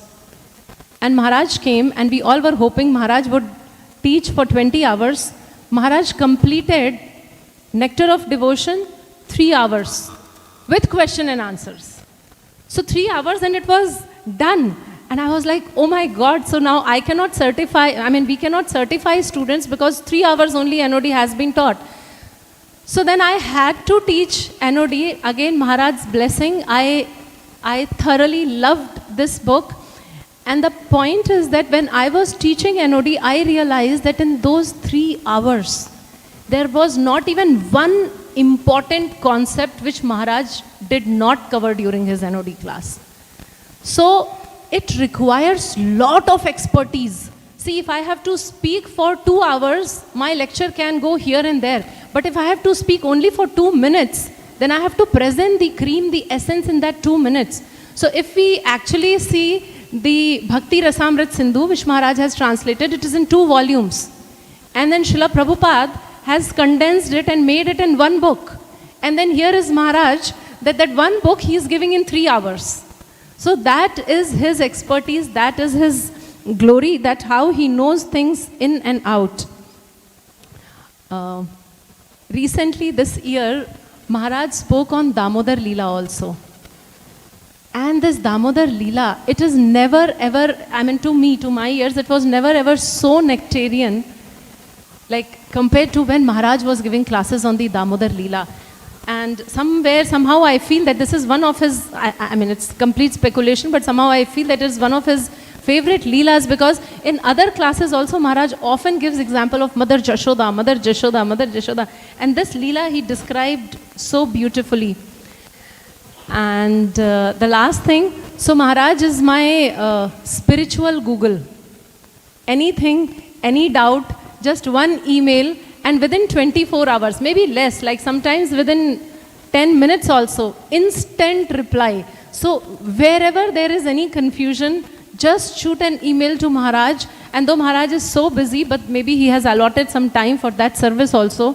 So he's that spiritual Google, answer is there. So thank you all very much for giving me some time. And today I pray to the Supreme Lord that he gives decades and decades of shelter and association of His Holiness Bhanu Swami Maharaj. Hare Krishna.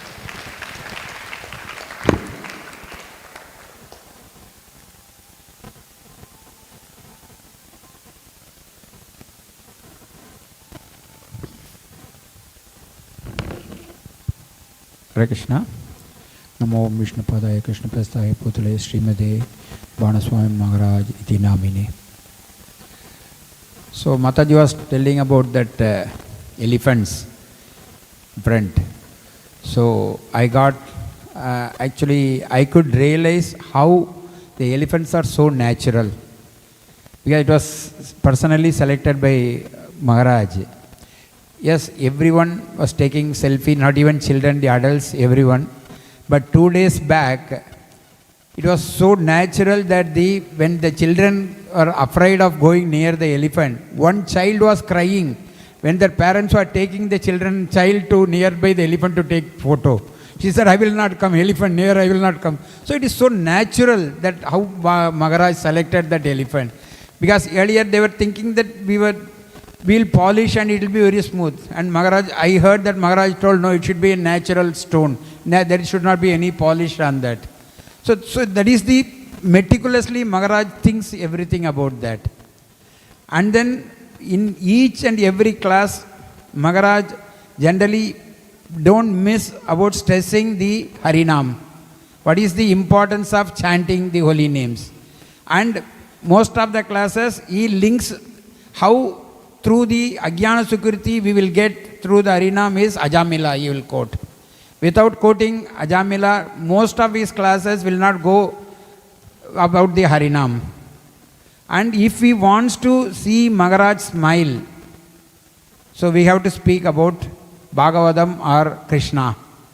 Then we can have Maharaj smile. And as Mataji said, Maharaj gives 24 hours for replying to the mails or sometime 10 minutes. That thing is, Maharaj gives reply immediately after Mangalarti also. So when we send in the mail in the night, seeking some doubt or something from Maharaj, I was astonished that Maharaj, I got the reply around 5:15 in the morning from Maharaj. So because of Maharaj's classes only, I am able to little bit progress in spiritual life. I want Maharaj's blessings that I attend all his classes offline. Even though I am attending online most of the classes, I seek Maharaj's blessings so that I attend regularly Maharaj's classes offline in the temple. Hare Krishna. Wonderful, Prabhu. Precisely on time. I request when you speak more, you are eating others' time. That's it. Be careful.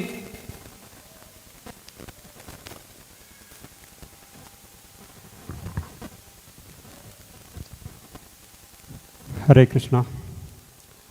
From Maharaj, many wonderful things like more than 150 books are translated. This wonderful temple manifested, and his health, he is maintaining his health so wonderfully. So many people are benefited by his association. The key secret of all these things, what I feel, Prabhupada used to say, one has to take shelter, and he gives the definition. Shelter means taking the process. It is not a person, it is taking the process. And the most important process, what Maharaj we can see is, he complete his chanting before 7:30. So that is, we can learn from Maharaj that everyone try to finish his chanting at least, not 7:30, but at least before breakfast. Then it will produce many wonderful things, like how from Maharaj many wonderful things comes out. From you also many things will come out. Hare Krishna. Thank you, Maharaj. Hare Krishna. Thank you, Prabhu. Again, an announcement. Anybody who would like to donate for this Vyasa Puja Mahotsav can come to Jai Krishna Chandra Prabhu and please donate. Also, we are renovating his room. The room will be ready by in couple of days. Anybody who want to contribute for the same can approach me. We are spending almost 2 lakhs for the same. Next, Subhanga Prabhu, Mukesh Prabhu and Krishna Chandra Prabhu.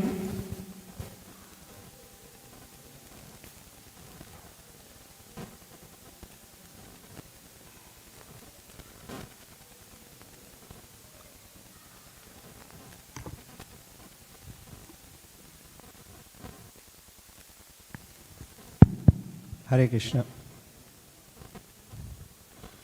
Om Ajnanaatimirandasya Jnananjana Salakya Chakshurunmita Hina Tasmai Shri Guruvena. I have made some small message to make it more crisp. So I'll just read out. Today we are all very happy to celebrate our dear Bhanu Swami Maharaj Vyasa Puja festival. My first and foremost thanks to our Srila Prabhupada and our Guru Maharaj for giving us His Holiness Bhanu Swami Maharaj as a Shiksha Guru. We are really indebted to them.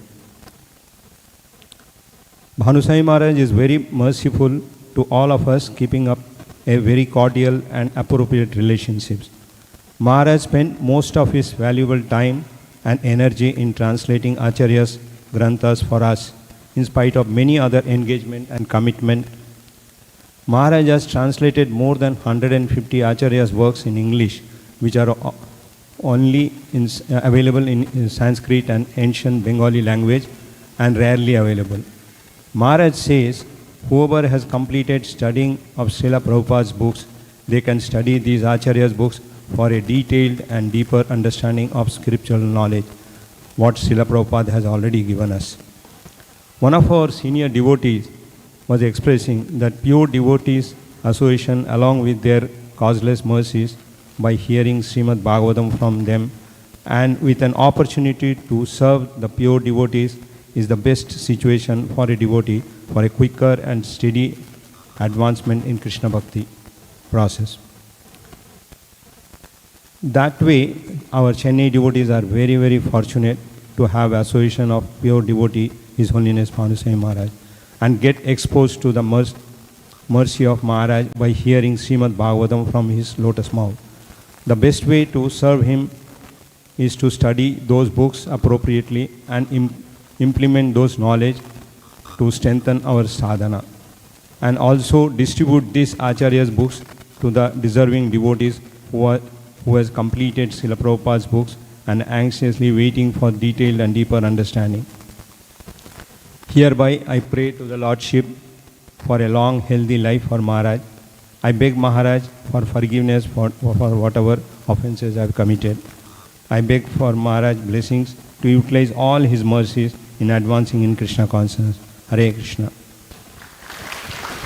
Hare Krishna. Devotees who are not aware, I'll tell you, Subhanga Prabhu is the one who's taking care of printing of Maharaj books, and he's making right now a go down for the same 1,000 square feet. Please say big Hari Bol for him.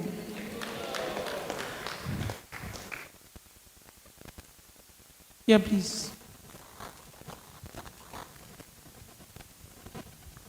ओम ज्ञानतिमिरान्धस्य ज्ञानञ्जनशलाकया चक्षुरुन्मिलितं येन तस्मै श्रीगुरुवे नमः. Hare Krishna. So I came to Maharaj, I think right after COVID-19. I was rotting in the gutters of material existence, and His Holiness Gaur Govind Swami Maharaj, he kind of pulled me out of it. And then I was searching for a spiritual master. Where is my Guru? Where is my Guru? I had read so much. And after praying fervently to Krishna, Krishna, because he is so kind, he revealed that, yes, you go to Chennai. So Prabhupada often says that if you understand who you are standing next to, you will faint. So I want to hammer this point back into my head that Maharaj is no ordinary personality.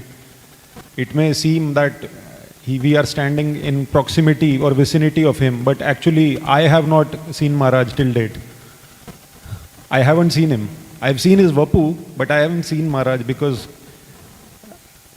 there is no... I am a jiva from the material platform and he is a personality from the spiritual platform. So there is no way that I can see him. And regarding Maharaj's service, I would like to appreciate it in whatever broken language like a child does. So Prabhupada writes that like the sages, Shaunakadi Rishi, they were taking shelter of Suta Goswami. That Suta Goswami was such a learned personality. They could have elected anyone, but they elected Suta Goswami because Shaunak Rishi says that Yatha Matim and Yatha Ditam means as you have heard it and as you have realized it. So I think I might be misquoting that. So to understand this thing, we cannot hear from a neophyte. He will only speak according to his realization and his level of surrender.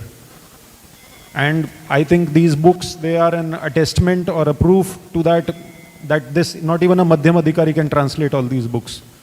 It's the work of some highly empowered personality, and there is no doubt to it. I was reading one this was an article by Bhurijan Prabhu. He was writing, while I had started translating Prabhupada's books, Bhanu Das was translating like wildfire. So back in the day when this movement was just starting off, Maharaj was translating like wildfire since then.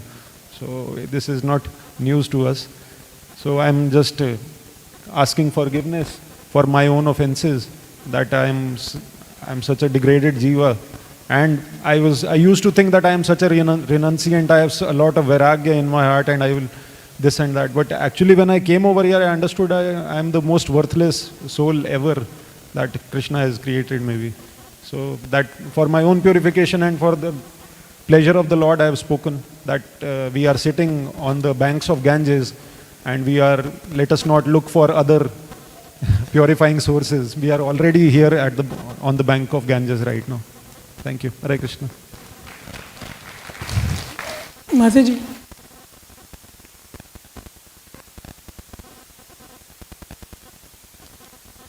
Hare Krishna, thank you very much. Now we have Krishna Chandra Prabhu, then Ram Roop Prabhu, and then Vidya Mataji.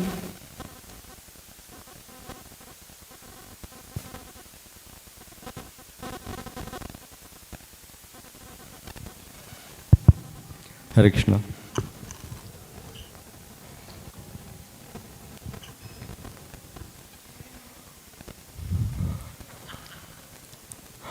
Prasanna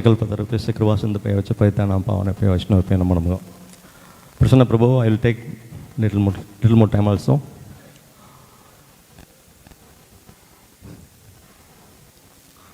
His Holiness Bhanu Swami Maharaj Vyasa Puja Maha Maha Ursa Ki. So, இப்போ பானு சுவாமி மகாராஜோட குளோரிஃபிகேஷனுக்கு முன்னாடி temple committee members his grace Rangakrishna Prabhu, Amarendra Prabhu, Ajit Gopinath Prabhu, Jayagopinath Prabhu எல்லாத்துக்குமே வந்து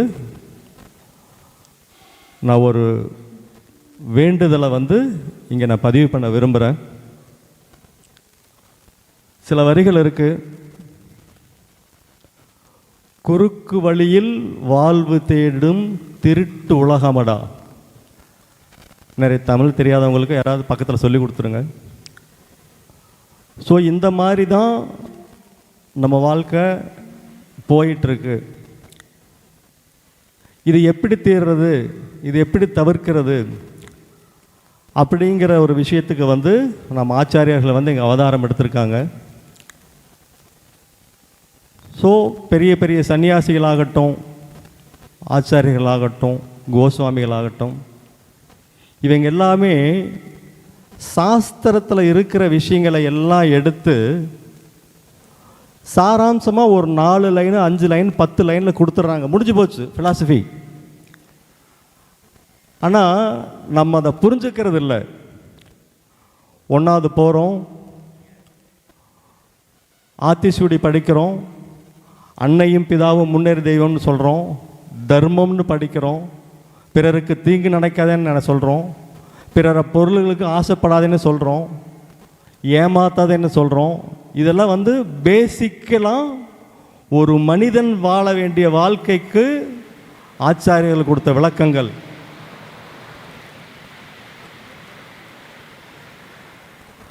காலம் ஆக ஆக படிப்பு மேலே மேலே போகுது.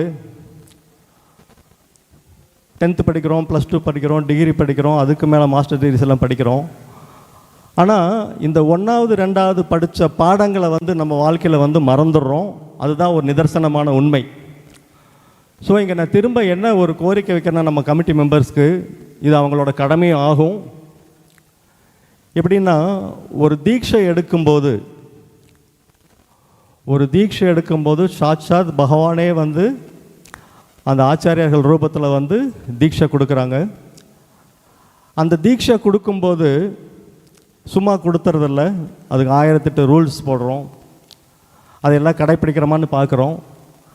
அந்த தீட்சை மாலை குருவோட கையால் எடுத்து நமக்கு வழங்கும்போது 10 அஃபென்சஸ் வந்து ஒரு 10 அவதாரங்களை படிக்கிறோம். அந்த அஃபென்சஸில் வந்து எப்படி இருக்கணும் சொல்லி ஃபுல்லாக 10 அஃபென்சஸ் எல்லாருக்கும் தெரிஞ்சிருக்கும். ஆனால் அதில் வந்து என்ன சொல்கிறது இல்லைன்னா, நான் பொய் சொல்ல மாட்டேன், நான் திருட மாட்டேன், நான் ஏமாற்ற மாட்டேன், இப்படிங்கிற விஷயங்களெல்லாம் சொல்லி இருக்காது. ஆனால் அதுவும் வந்து அதில் அடங்கும். அதனால் நான் நிறைய கேள்விப்பட்டிருக்கேன். அந்த டிவோட்டி இப்படி பண்ணிட்டாரு, என்னை ஏமாற்றிட்டாரு, இந்த டிவோட்டி அந்த பணத்தை வாங்கிட்டு இல்லைன்ட்டாரு அப்படின்னு சொல்லி நிறைய கேள்விப்பட்டிருக்கேன். அது கேள்விப்படும்போது அது சாதாரணமாக போயிடுது. பர்சனலாக வந்து நம்ம அனுபவிக்கும் போது, பாதிக்கப்படும் போது, ஆஹா இது எல்லாம் வந்து நம்ம ஏன் 10 அஃபென்சஸில் வைக்கக்கூடாது, அது வந்து முறைப்படி கமிட்டி மெம்பர்கிட்ட சொல்லி, இனிமேல் ஒரு தீட்சை எடுக்கிற ஒரு டிவோட்டி அவர் வந்தார்னா அவர் யார், அவர் ஹிஸ்ட்ரி என்ன, இவன் எப்படிப்பட்ட கேரக்டரு, இதெல்லாம் தெரிஞ்சுட்டு வந்து தீட்சை கொடுக்குற மாதிரி பணிவிட கற்றுக்கொள்கிறேன். ரங்ககிருஷ்ணன், இந்த கோரிக்கை ஓகே தானே? இந்த கோரிக்கை ஓகே தானே? ஓகே. இல்லை இருந்தாலும் வந்து இது காமனாக எல்லாருக்கும் உண்டானது தான். க்ளோரிஃபைங் ஓகே ஓகே சரி சரி சரி சரி சரி சரி இல்லை, இது காமனான ஒன்று, அதுக்கு தான் சொல்ல வந்தேன். இன்னொன்று, பானு சுவாமி மகாராஜ் அவர் வந்து ஒரு நடமாடும் யூனிவர்சிட்டி. உங்களுக்கு எல்லாம் தெரிஞ்ச விஷயங்கள் தான். ஆன்மீக சந்தேகங்கள் மட்டும் இல்லை, மீதி எந்த விஷயங்களாகட்டும், அது பில்டிங் சம்மந்தமாகட்டும், டெய்டி சம்மந்தமாகட்டும், ஆல் ஓவர் த வேர்ல்டு எந்த இடத்துல எந்த சந்தேகங்கள் வந்தாலும் வந்து நம்ம ஹிஸ்கோன்ஸ் பானு சுவாமி மகாராஜ்கிட்ட கேட்டாச்சுன்னா அதுக்கு விடைகள் கிடச்சிரும். அந்த விடைகள் கூட சாதாரணமாக சும்மா ஒரு வரி 2 வரியில் தான் இருக்கும். ரெண்டாவது இன்னொரு விஷயம் என்னென்னா, அவருக்கு வந்து ஒரு விஷயத்தை கேட்டோம்னா, நம்ம ஏதாவது ஒரு விஷயத்தை கேட்டால் நமக்கு தெரியலன்னா கொஞ்சம் ஸ்பெக்குலேட் பண்ணிடுவோம், இது அப்படி இருக்கும் இப்படின்னு சொல்லிடுவோம். ஆனால் அவர் வந்து தெரியலன்னா அது தெரியலன்னு சொல்லி தைரியமாக சொல்லுவார். அது ரொம்ப என்னை மிக கவர்ந்த விஷயம். எப்படின்னா, ஒரு தடவை அவர் ரூம்குள்ளே போகும்போது ஒரு சந்தேகத்தை கேட்குறேன், மகாராஜ் இந்த மாதிரி வந்து மலர்கள் எல்லாம் இருக்குது, பூக்கள் எல்லாம் இருக்குது, அது வந்து பகவான் காலத்தில் அலங்கரிக்கப்படுது, அது எவ்வளோ பெரிய பாக்கியம் செஞ்சது, இதனோட பின்னணி என்ன, இது என்ன ஹிஸ்ட்ரி, இது என்ன, இதில் விஷயம் என்ன சொல்லுங்கன்னு கேட்கும்போது ஒரே வார்த்தை எனக்கு தெரியலேன்ட்டார். எனக்கு ரொம்ப ஆச்சரியமாக போச்சு. அப்புறம் வந்து சில நாட்களுக்கு முன்னாடி வந்து ஒரு பிரபுபாத் கோட்ஸில் படிக்கும்போது தான் அது வந்து பகவானுக்காகவே படைக்கப்பட்ட ஒன்று, அது வந்து பகவான் சேவைக்காக எங்கேயும் இருக்கும் கோலங்கள் சொல்லி பிரபுபாத் அதை பற்றி எழுதியிருந்தார். ஸோ இவ்வளோ விஷயங்கள் தெரிஞ்சிருந்தும் கூட ஒரு விஷயம் தெரியலன்னா அது ஓப்பனாக அவ்வளோ தைரியமாக சொல்லிடுவார். ஒரு 28 ஆண்டுகளுக்கு முன்னாடி பெரம்பூர் கன்ஸ்ட்ரக்ஷன் என்ஜினியராக சுபாங்க பிரபு ஒரு நாள் நைட்டு 10 மணிக்கு வந்தார் என் வீட்டுக்கு. இந்த மாதிரி பெரம்பூர் டெம்பிளில் கன்ஸ்ட்ரக்ஷன் பண்ணுறோம், என்ஜினியர்ஸ் யாரும் இல்லை டெம்பிள் சைடில், டிவோட்டி என்ஜினியர் நீங்கள் தான் வரணும்னு சொல்லிட்டு இருந்தார். அப்போ வந்து நான் வெளியில் ஒரு கம்பெனியில் வேலை செஞ்சுட்டு ரிசைன் பண்ணிவிட்டு நேராக வந்து நம்ம டெம்பிள் கன்ஸ்ட்ரக்ஷனுக்காக வந்துட்டேன். கன்ஸ்ட்ரக்ஷன் ஒர்க் பண்ணிகிட்டு இருக்கும்போது அப்போ என்னென்னா, அப்போ சர்வானந்த பிரபு தான் வந்து இன்சார்ஜாக இருந்தார் அதுக்கு. அப்போ வந்து நிறைய வந்து எனக்கு ஆல்ரெடி வந்து நிறையா சப்ளையர்ஸு பில்டிங் சம்மந்தப்பட்டு கன்ஸ்ட்ரக்ஷனில் என்ஜினியராக இருந்ததுனால நிறைய பேர்கிட்ட வந்து நாங்கள் பேமெண்ட் கொடுத்துட்றோம் கொடுங்கன்னு சொல்லி கடன் சொல்லி வாங்கி நிறையா பாடல் கன்ஸ்ட்ரக்ஷன் போயிட்டுருக்கு. அப்படி போயிட்டுருக்கும்போது திடீர்னு பார்த்தா நம்ம பர்கிட் ரோடில் வந்து ஃபண்ட்ஸ் இல்லை. சப்ளையர்ஸ் வந்து 1 வாரம் பொறுத்தாங்க, 2 வாரம் பொறுத்தாங்க, 3 வாரம் பொறுத்தாங்க. அதுக்கப்புறம் வந்து முடியாமல் வந்து நேராக வந்து கோயிலுக்கே வந்துடுறாங்க எனக்கு பேமெண்ட்ஸ் கொடுக்கணும்னு சொல்லி. அப்போ வந்து எனக்காக வந்து பானு சுவாமி மகாராஜ் ஓடி வந்து ஹாலில் நின்று எல்லா மேனேஜ்மெண்ட் ஆளுகளெல்லாம் கூப்பிட்டு வச்சு சத்தம் லெஃப்ட் ரைட் விட்டார். அவர் கோவப்பட்டு பார்த்த ஒரே ஒரு நாள் அந்த நாள் தான். இந்த மாதிரி இந்த பையன் வந்து அங்கங்கே போய் கடனுக்கு சொல்லி வாங்கன்னு சொல்லி கோயில் கட்டிகிட்டு இருக்கான், இவனுக்கு ஏன் பேமெண்ட் இருக்குங்கிற விஷயம் சொல்லலை, இனிமேல் இப்படி நடக்கவே கூடாதுன்னு சொன்னதுக்கப்புறம் அப்போ அக்கௌண்ட்ஸில் வந்து கிருஷ்ணன் ஒருத்தர் இருந்தார், நல்லா குண்டா இருப்பார், ஒரு டிவோட்டி. அவர் வேறு எதுலேயோ இருந்த ஃபண்ட்ஸ் எல்லாம் எடுத்து வச்சு செட்டில் பண்ணோம்.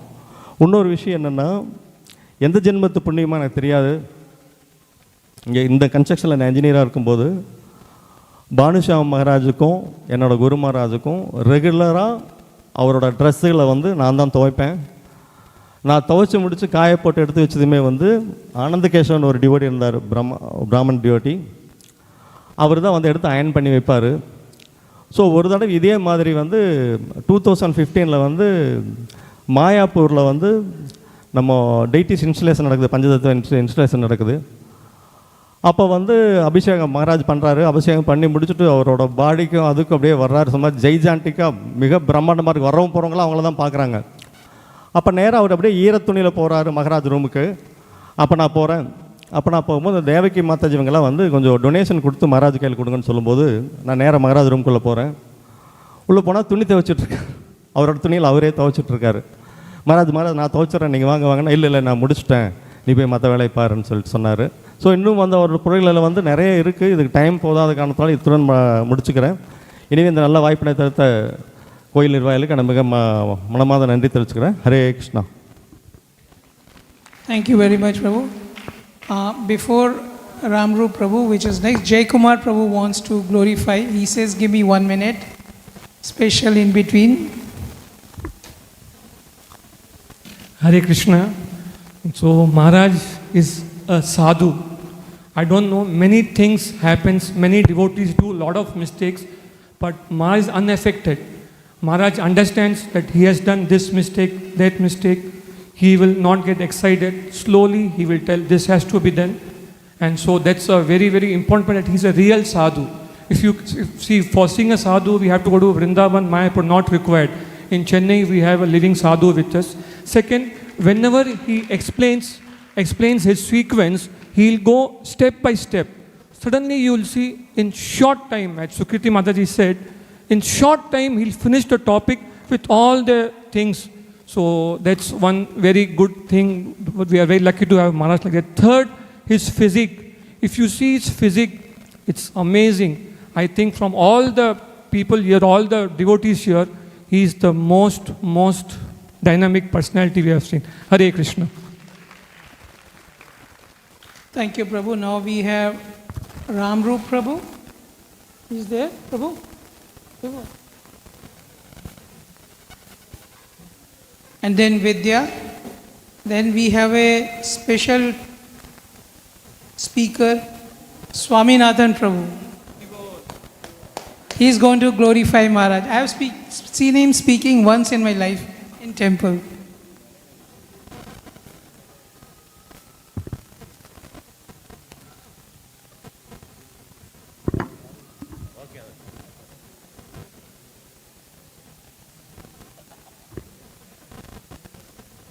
Hare Krishna. Whatever I say is a few information as well as which my own experience which I had with about Maharaj in my life. So after I came to Krishna consciousness, I joined in Burkitt Road. At that time, I used to have Sunday evening class. I used to go for the Sunday evening classes. At that time, whenever Maharaj comes and speaks Bhagavad Gita class in Sunday evenings in Burkitt Road, I was not able to understand anything. The way Maharaj accent, the way Maharaj presentation of Bhagavad Gita, I was not able to follow. Then Sumitra Prabhu used to go when Maharaj is not there. That very nice class. So I was feeling very happy to hear Sumitra Prabhu classes. And Maharaj, I could not understand his spiritual position because I am very new at that time. Then later, after a few years, after I took initiation from Guru Maharaj, Jayaprada Maharaj, I was not much into the Siksha line, Siksha culture. I was much into Diksha culture, Diksha line. Then I used to hear Guru Maharaj lectures, Jayaprada Maharaj lectures, and Jayaprada Maharaj books, and his different pastimes, devotees are saying different things. So I used to mainly involve in those things. I never much understand about Siksha culture importance in the devotee's life. After reading Srimad Bhagavatam translations of Maharaj about our Acharyas, commentaries, then I understand Maharaj so much emphasizing Siksha culture in his lectures, in his translations. We can see the Acharyas, how nicely they presented Bhagavatam. Then even though I was reading Bhagavatam before, I could not get into much depth. Whereas reading Bhagavatam translation given by Maharaj, then I connect back to Prabhupada Bhagavatam. It is so clearly Maharaj presented in English translation of all the Acharyas commentaries. They understand that this is a very real Siksha. What is Siksha? This is a real Siksha. Siksha means there is a Bhaktivinoda Thakur statement. Bhaktivinoda Thakur says that the real substance given by Diksha Guru with the Diksha mantra can be understood only by the Siksha Guru's explanations. This is what Bhaktivinoda Thakur clearly told in his some book. I was not very clear the book name. And if you see, trace back, Maharaj told in one lecture, Bhanu Maharaj told in one lecture, in our parampara, start from Lord Chaitanya, Chaitanya Mahaprabhu never had any Diksha disciple. And you see Goswamis, most of them, they don't have any Diksha disciples. All the up to Bhaktivinoda Thakur, it is only Siksha culture, no Diksha culture. From Bhaktivinoda Thakur, also Gaurikesha Babaji is Siksha culture. Only this particular line traced by Srila Bhaktisiddhanta Saraswati Thakur, he has compared, Bhaktisiddhanta Thakur compared Diksha and Siksha Parampara both in the Gaudiya Sampradaya. In that he has traced it, he was traced it only Siksha line, not Diksha line. So Maharaj says, he brought back Siksha culture importance in ISKCON today, and Siksha culture is so important that whatever Diksha Guru gave, that essence is completely, in a completely Acharyas with explanations, Bhanu Maharaj only gave to us.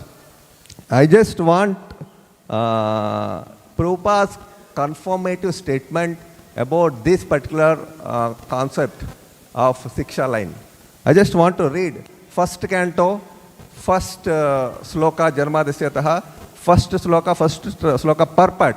Prabhupada clearly writes that within the past 500 years, many erudite scholars and acharyas like Jiva Goswami, Sanatana Goswami, Vishwanath Chakravarti Thakur, Vallabhacharya, and many other distinguished scholars, even after the time of Lord Chaitanya, made elaborate commentaries on Bhagavatam.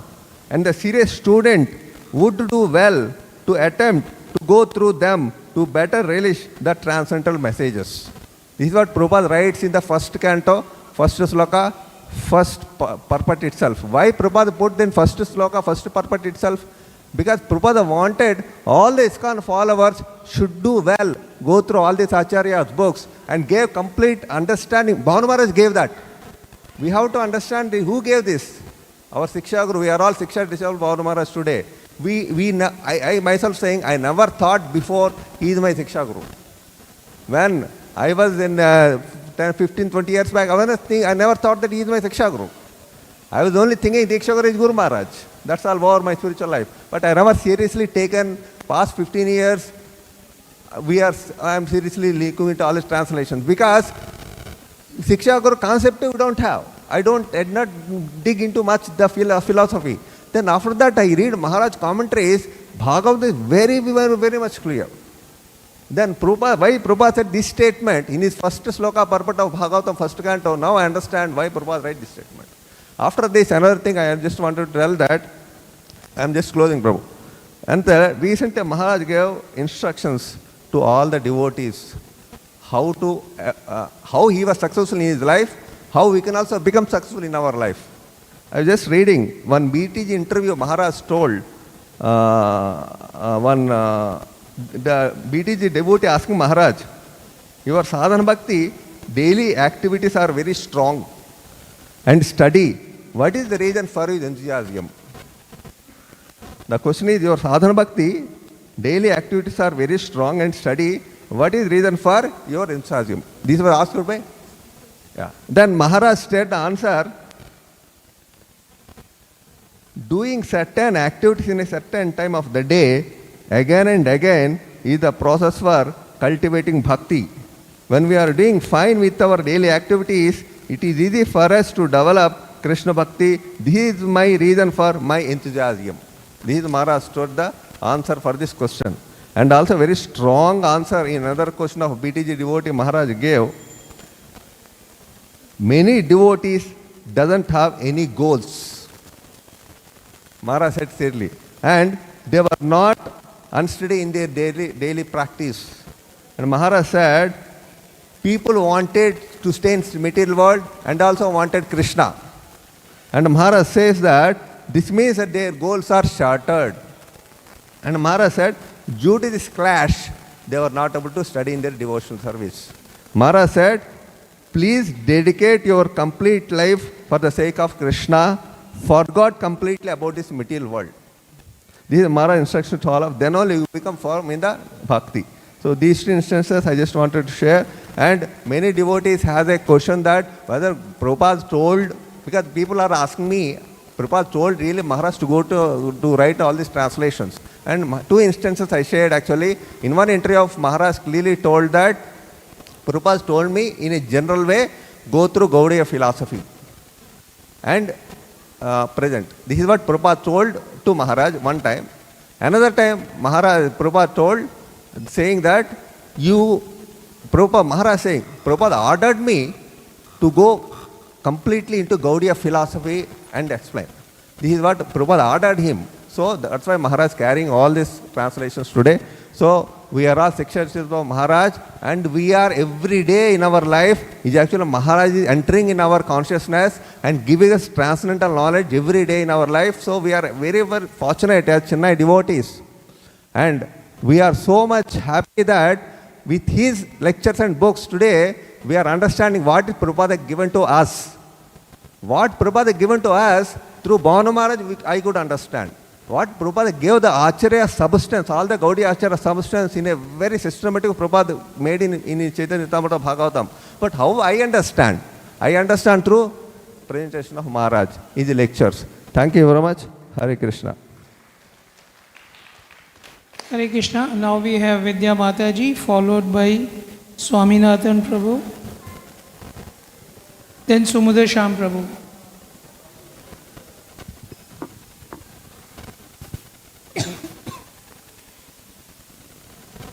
Hare Krishna. So, we were extremely fortunate. We were doing our Bhakti Shastri under Sukirti Mataji, and we were very, very fortunate that we got to learn nectar of instruction and nectar of devotion from Maharaj. And when we were, we were also very lucky that Mataji could elaborate it for us, because Maharaj had finished the class in 3 hours. And so in that, we were reading that what are the qualities that a person develops when he develops pure love for Godhead. And the moment we were reading those qualities, and the only personality that came to my mind is His Holiness Bhanu Swami Maharaj. So I would just like to share a few qualities. Like, there's one quality that a pure devotee does not waste any time. And I completely saw how Maharaj has such a perfect schedule and how he times everything. From his, we see he's written, he's translated 150 books, and then he also goes to the gym so regularly. And at one time many years ago, Maharaj was traveling to Visakhapatnam, and he had a flight. And I got a call from Leelavati Mataji that Maharaj is having a flight and he'll be passing through this route, so he'll be taking prasad here. So she told me to come and cook something. So Maharaj, on that route, so actually Maharaj was traveling from another city, transiting Chennai to take a flight. So he stopped on the way to the gym. He went to the gym, and then he came and took prasad. So he just came, he sat, he took prasad, and he left. So how Maharaj does not waste any time, but his schedule is so perfect that he can do so many wonderful things. And then another quality we learned was manya shunyata. Like, no matter how a person is realized in knowledge, but he is very, very, very humble. And we see in Maharaj's dealings that how he is so humble. Like, I remember that the day after inauguration, I had come for Mangala Aarti, and Maharaj was here, and Maharaj didn't look around, but there was some dirt on the floor, and Maharaj was cleaning it with his feet. Like, he was just scraping it out with his feet. Like, he did not wait for anyone, or he did not tell anybody, you come and do this. So, and also other qualities, like he's detached, like a pure devotee is detached. And one quality is that a pure devotee is always eager to glorify Krishna. So we see in Maharaj, how Maharaj always in his lectures concludes the glory of Prema Bhakti, and how Bhakti is most important, and Prema especially. Like, I think the maximum number of times we hear Prema is in Maharaj's lectures. And also how Maharaj presents Vrindavan. Like, the last year in Shravan Utsav, Maharaj had presented this Vrindavan seminar, and he opened up the world of Vrindavan in front of us. And it was as if he knows each and every inhabitant of Goloka Vrindavan personally. Like, the way, like, so casually, like, this gopi, that gopi, this. Like, it's so casual, like as if he knows all of them, So that was these qualities. And then there's one quality of pridelessness and tolerant. Like, no matter what the situation is, the person is calm. A pure devotee is calm. He is not affected by outside circumstances.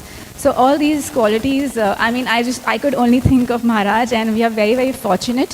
And also at Shuddha Sattva, we are very fortunate because we have Maharaj's guidance. Maharaj, sometimes shares recipes, and he comments on certain recipes, and he asks us to make those corrections, and we get a lot of opportunities to serve that way. So we are extremely fortunate having his association. Thank you. Hare Krishna.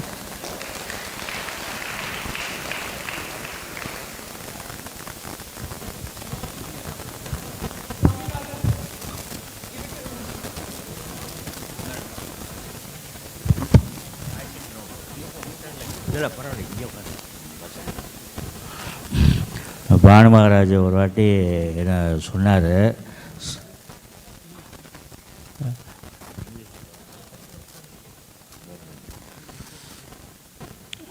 Banu Maharaj நான் 3 நாளையும் சேவை பண்ணுவேன் அங்கே டிஎன்ஆரில் இருக்கும்போது. குரு பூஜை 3 நாளையும் குரு பூஜை பண்ணிவிட்டு தட்டு கொண்டு வைக்க போது, வாட் இஸ் சுவாமிநாதன் அப்படின்னாரு. I am Guru plate Maharaj, making Maharaj. He's very laughing. Then afterwards, Swaminathan, you are around to chant. I am 16-year-old Maharaj.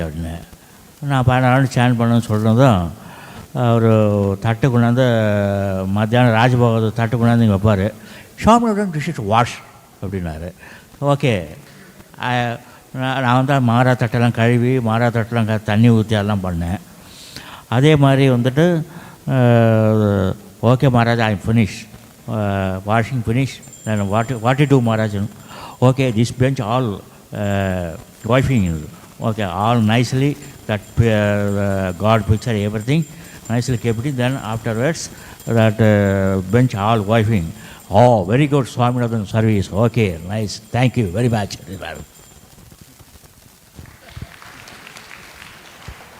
Hare Krishna. How many of you know Swaminathan Prabhu when he joined? He joined in 1990s, I believe. That's what I was told just now, because I have seen him last 21 years. Prabhu is a very good mridanga player.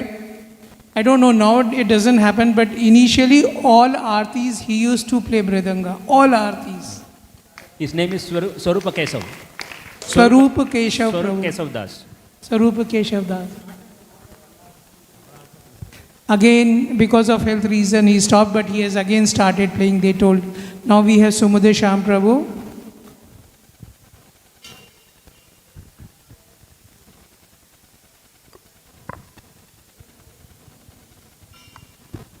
Namo Om Vishnupadaya Krishna Krishnaya Budale Srimade Bhanu Swami Dinhamine. So I think எல்லா devotees எல்லாரும் நிறைய பேசிட்டாங்க. But when we look at the Bhanu Swami Maharaj, we say that Bhagavatam is the summum bonum of all the scriptures or essence of the Shastras. Bhanu Swami Maharaj is also the essence of all the scriptures.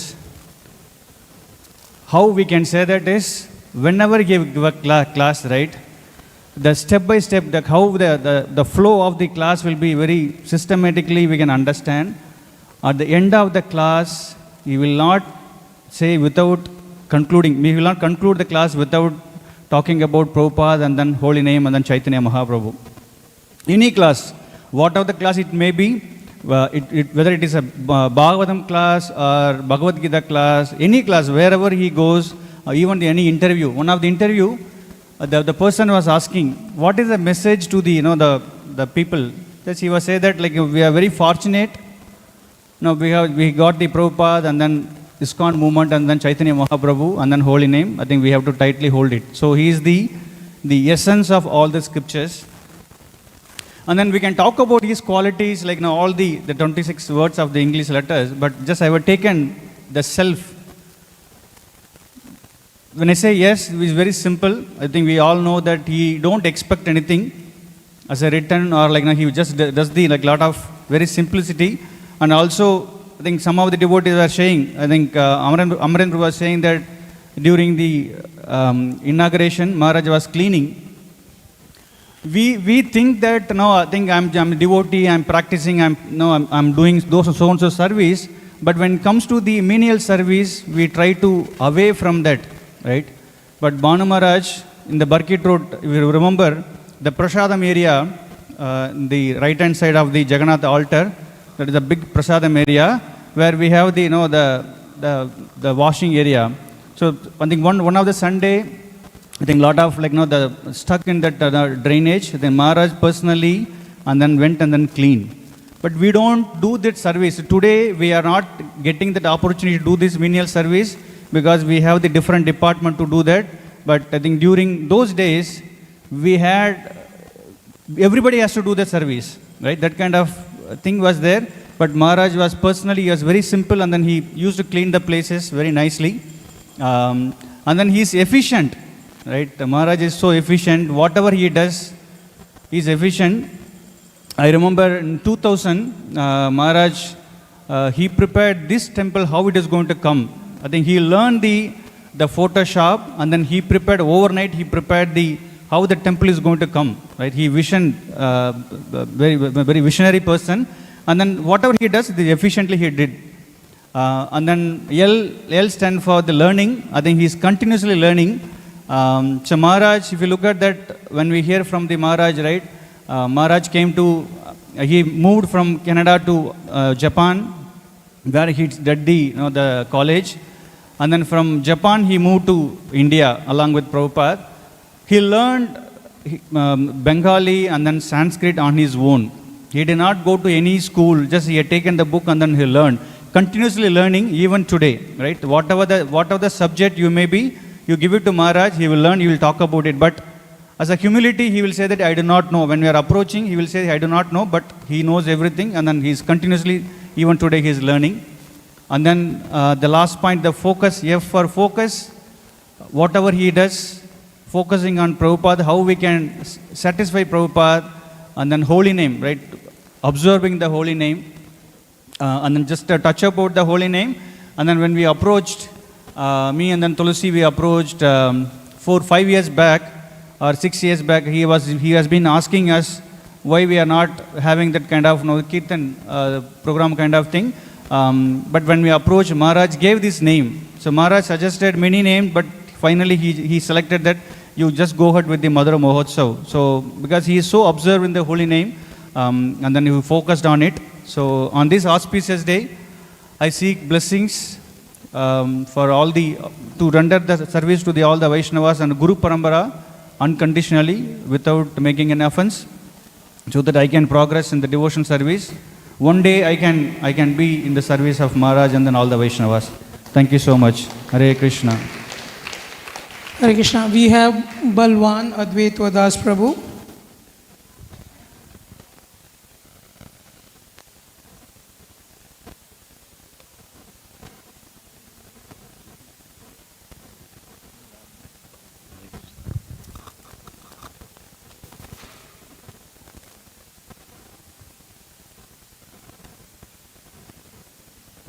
Hare Krishna. His Divine Grace A.C. Bhaktivedanta Prabhupada ki Jai. His Holiness Japata Sam Guru Maharaj ki Jai. His Holiness Bhanu Maharaj ki Jai. When I just think of Bhanu Maharaj, I just remember this word Samadhi Sthiti. In Bhagavatam while reading, we get one Samadhi Sthiti. Samadhi means completely relieved from material activities and only concentrating on God, Lord Krishna. That is the wonderful appearance he gives to everybody. Whenever we see him, he is always in the remembrance of Lord Krishna, and always remember Krishna and never forget Krishna is the motto of Sri Bhanu Maharaj.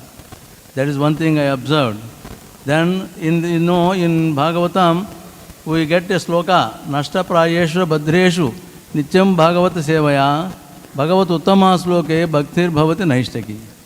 That means we have to hear Bhagavatam from a bona fide spiritual master, and we are very fortunate to have him, and daily hearing in YouTube or in presence, we are able to hear Bhagavatam through his lectures and all that. Then one more thing just I want to tell, regarding Paratattvam. Paratattva means Lord Krishna, who is understood in 3 stages. That is Nirakara Brahman, Udayastha Paramatma, and then Bhagavan. So, you just closely observe the eyes of, Bhanu Maharaj, you will be able to realize that. I personally experienced, whenever I see him closely, we see all these three stages. That is, we are able to see Paramatma in him. And also, as everybody told, he is in our Shishashtakam. We have got Trunadapi, Sunichena, Taroriva, Sayushnuna, Amanina, Manadhena, Kirtaniyaha, Sadaharihi. This is the perfect example of Bhanu Maharaj.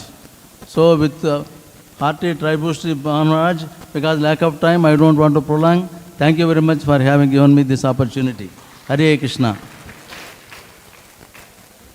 Hare Krishna, thank you very much, Prabhu.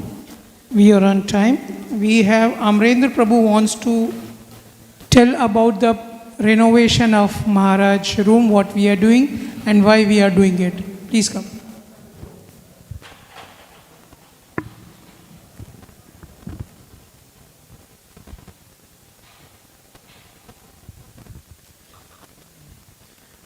So over the last few years, and especially I think this particular year has been quite wet in Chennai, lot of rains, and repeatedly Maharaj washroom was getting flooded, and we were waiting that because we have to fix the washroom, usually it takes a little time and cannot be done very quickly, and during that time cannot be used. So when Maharaj decided to start his travel, we thought this is a good time to start that. So we have totally renovated the washroom with new tiles and everything, and the position also has been changed so that it doesn't get flooded. And the flooring was also, it has been quite old, and there were a lot of, it started coming out, so that also we have cut and repolished. And one thing we notice is that Maharaj usually retires early, usually by 9, if not earlier. And then we have Shen Aarti here, which is considerably loud, and there is a lot of sound which reaches down. And behind, sometimes there is a Kerala house which marriages happen, and there the music will go on till 10, and his room is just adjacent to that location. So a lot of sound comes. So we used to think, it is troubling Maharaj. So we have decided to replace all the windows with soundproof windows, so that no sound will come. So old windows being removed and new ones being put, and the room is being painted. So I think that is what he was repeatedly talking about. So we wanted to do it for quite some time, but in separation with Maharaj, some service has been rendered to him. Thank you. Hare Krishna. Hare Krishna, thank you very much. Now we have Ranga Krishna Prabhu. And this is the last offering of the day. Thank you very much.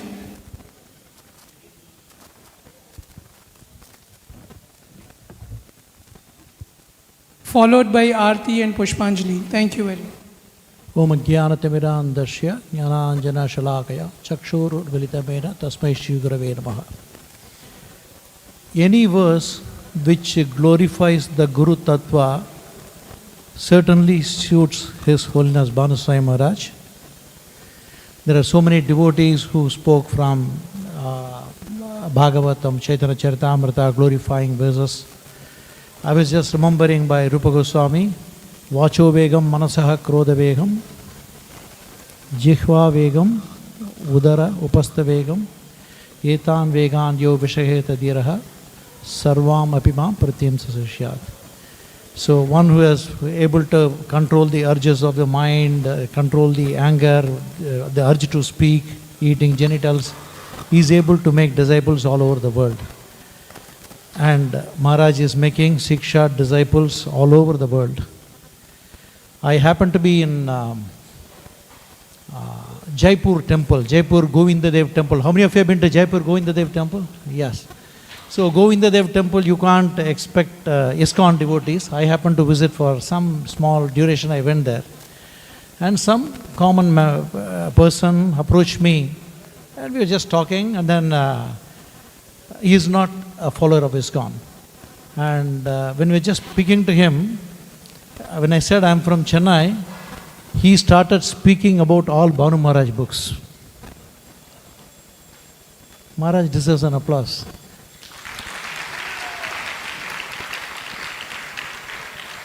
So, no way, he has nothing to do with ISKCON, nothing much. He is not an ISKCON initiator, followers and all that. But he is up to date, whereas I am not. He was just speaking about all Maharaj books. And I was also thinking, Raga Dvesha Muttaishu, Vashyan Indriya Sharan, Atma Vaishir, Vidayatma, Prasadhyam Vadikachati. One who is free from attachment and devotion, he gets the complete mercy of the Lord, was just another verse I was just thinking. But my point is, I was just recalling the Barkit Road. How many of you were in Barkit Road temple? 1, 2, 3, 4, 5, 6, 7, 8, 9, 10. Yes. So 10 devotees. We just called Swarup Keshav Prabhu to speak.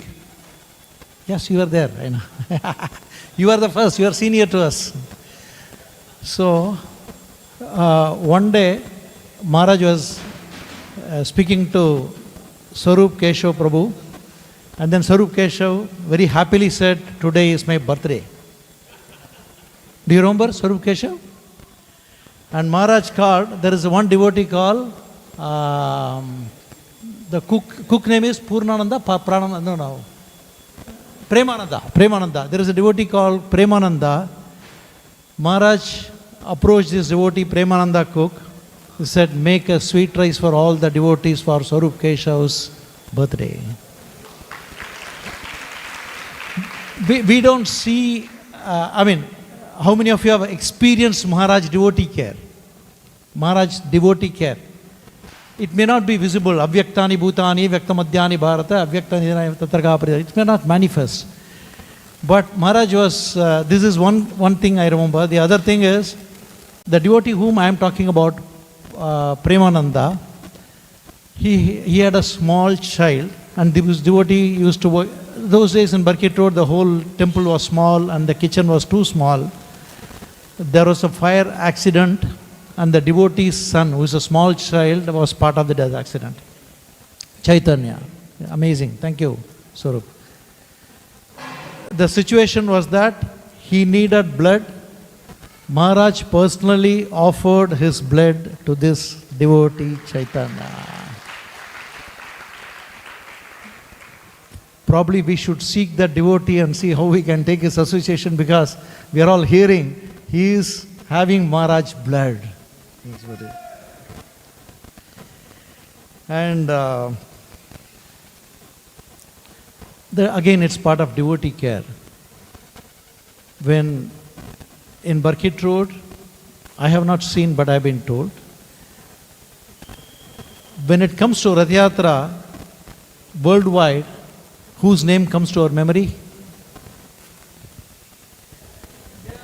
Jayananda Prabhu. There is no question. Amazing quality. And in ISKCON Chennai, when we talk about Rath Yatra means GK Prabhu. GK Prabhu. This GK Prabhu, those days in Barkit Road, even now he does a lot of services. When he was doing the services, and Maharaj, he will go and report to Maharaj, this is what he did, this is what he did. And we have all seen devotees like Rohit Prabhu extending massage to Maharaj. In the case of GK Prabhu, Maharaj personally massaged his shoulder after coming back from Rath Yatra services. There are two things here for me personally. How Maharaj is so menial for a devotee, because probably GK is one of the first and foremost devotee in ISKCON Chennai from Kilpak time. And such a wonderful relationship that he shares with Maharaj, Maharaj shares with him. Maharaj massaging a devotee is another amazing thing that is wonderful. And again, I'm going back again on the Barkit Road sweet times. Probably Srinivasa Prabhu was there, or just before that, I cannot remember now. I can be subject to correction. After every Sunday morning, devotees, is it Harish and Hari? Both of them will come. We were there in the period time. Hari and Harish. IET Hari. Harsha. So they will come by bus, And then after Sunday Bhagavatam class, they will take Maharaj in an auto to IIT, and then it was a Shiva temple or something. Some Shiva temple is there, Pulya temple. So there used to be every week program. Maharaj affection for IIT preaching is from those days, and there's a lot on our head to do that still. Hare Krishna. I remember another devotee in Burkitt Road times. He was so much interested in service. Maharaj himself facilitated his interest in sending him into a particular yatra and sponsored this devotee take care of this preaching. So Maharaj is so much about supporting the preaching. And somehow I have to have a contrast with Amarendra. Amarendra was relating a pastime where Maharaj was brought to, it was taken to the notice of Maharaj that some devotee had some apparent financial disorder, and then Maharaj, knowing this devotee, said nothing, just, there is no complaint about him, though management was concerned. But in the Burkitt Road, one time what happened, there is one devotee, it came to the attention that he misused big distribution money for his personal use, and he was inspiring other devotees to do that. The moment this was brought to the notice of Maharaj, what is the guess? I said contrast already. What did Maharaj do? Prasanna is expert in management, not sending him out. Maharaj did that. Immediately he wanted this devotee to go out. And this devotee pleaded, no, I need some time. I agree that I made a mistake, I'll go. Maharaj said, you have to leave now. And this devotee was sent out. Which means Maharaj knows who is who. So in that sense, he knows all of us who is who. And then let's take advantage. And Shambhalam was speaking about, he learned how to make chapati from Bhanu Maharaj, right? Shambhalam is the one who spoke about it. And Maharaj made samosa for his spiritual master on his appearance day, Prabhupada. In Burkitt Road time again. And Vrajabhumi was talking about Avyakta Kalatam. Maharaj does not waste a single moment. And when we called him, it was not Burkitt Road, it was later. Maharaj was called for a house program, and Maharaj asked me how much time it will take, and I gave some duration. I can't remember that now. And then Maharaj was received in that program.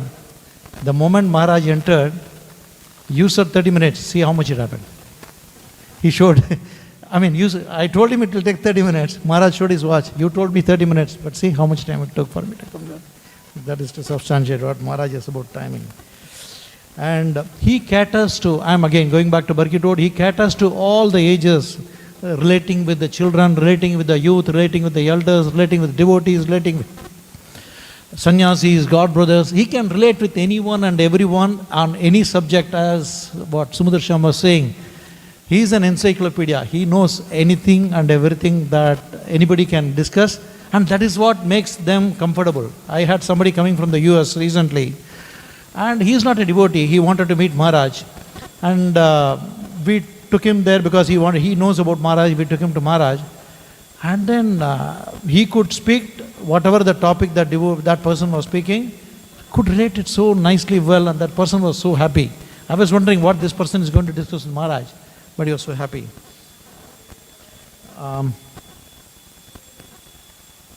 Srinath Prabhu talked about chanting by 7:30 morning. I'm not sure of the timing.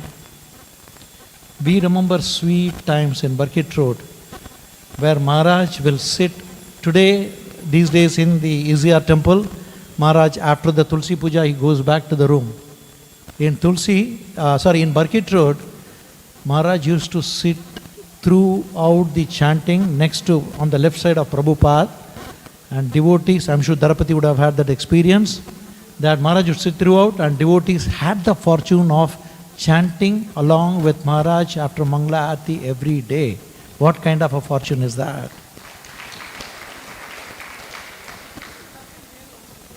But it's not happening now. That's my point. Yeah, you're right. Yeah, temple. You're right.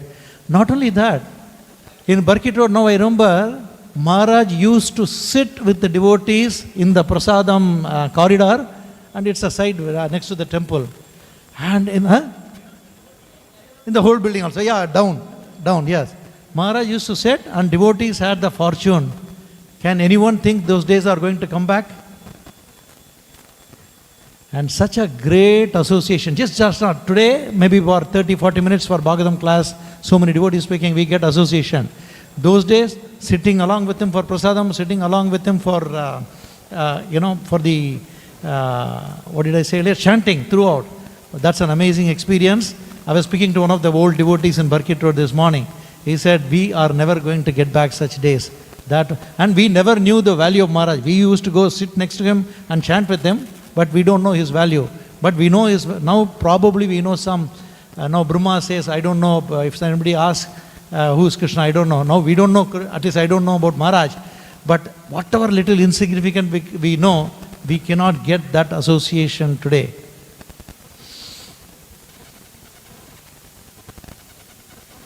And Ramarupa was talking about reading Bhanu Maharaj books.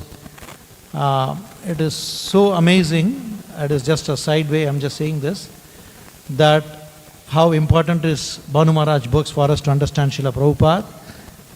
Ramarupa Chaitanya Prabhu and his good wife and the entire family are engaged in studying Bhanu Maharaj literatures every day with a group of devotees.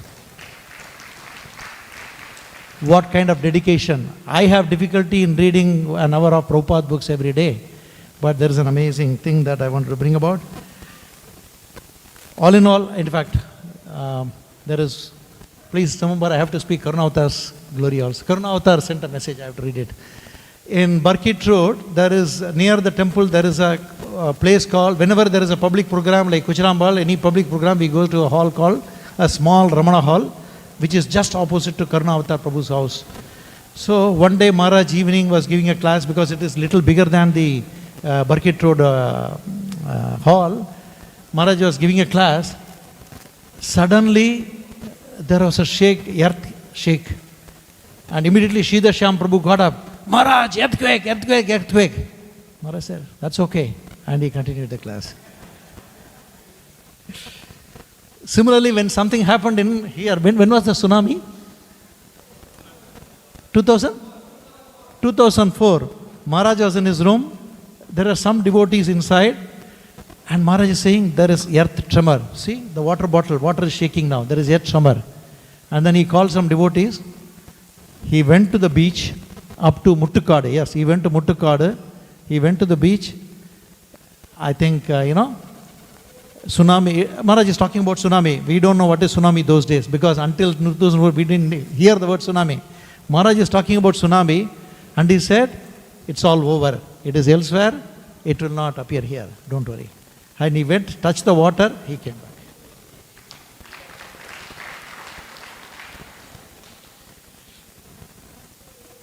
One devotee was talking about his, no, I'll close it.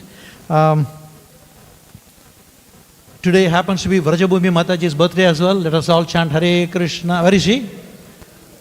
Vrajabhumi Mataji. Can you get up to get the blessings of everybody? Or everybody else will get up? Hare Krishna, Krishna Krishna, Hare Hare, Hare Rama, Hare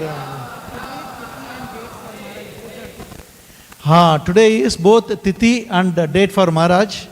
For Vrajabhumi, it's a date of birth. It's a date of birth, yes. There are many more things, but in the interest of time, I am closing it. I have Karunavatar Prabhu who wanted to come here, and because he could not come, he has sent me the glorification. 1 minute.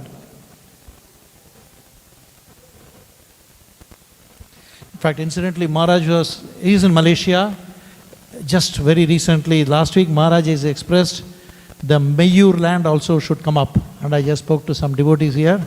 Maharaj is very keen that Mayur agricultural land comes up nicely.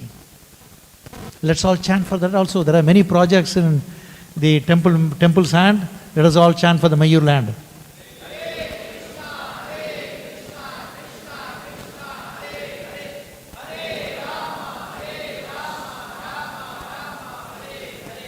So this devotee, Karunavatar Prabhu, is one of the earlier brahmacharis in Barkit Road, but later changed the ashram. But these devotees like Karunavatar, Rajgopal, Gopal, they were all very, very closely associated as Maharaj children, own children in Barkit Road. So he said he is not able to make it and he sent it. From the times that I started coming to the temple in Barkit Road as a 8th standard student, I have seen him very friendly to the kids of my age. I did not have the maturity to understand his nature, but still he would joke and play with us. He would reciprocate the way you approach him.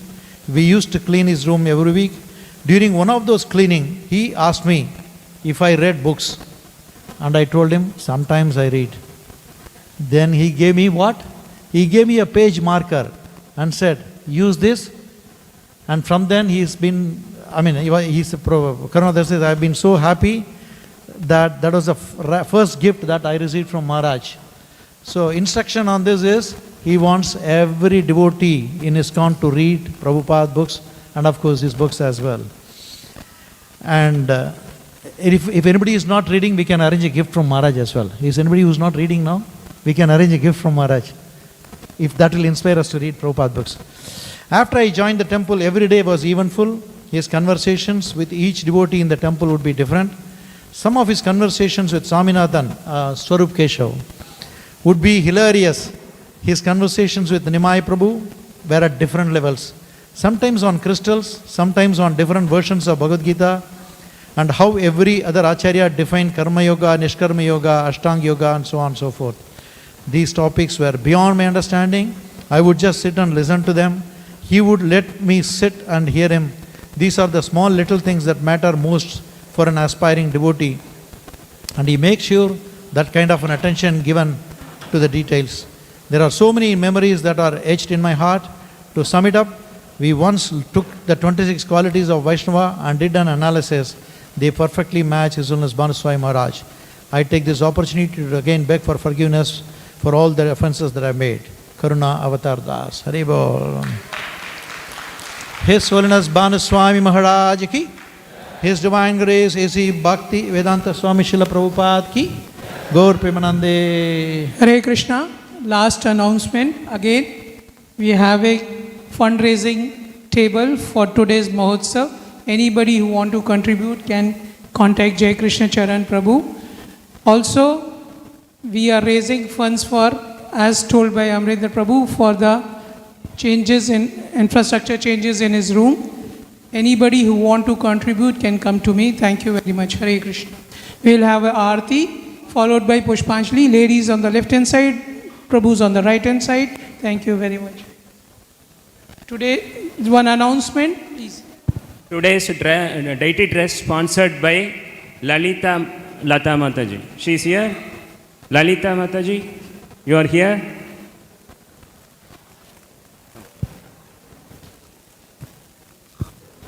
Thank you very much. Hare Krishna.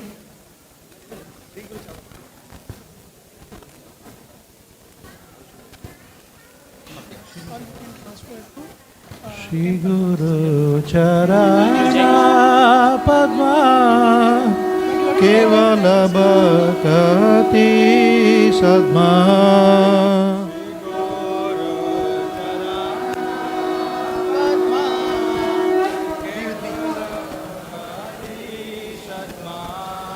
Bandho Moi Savadana Mate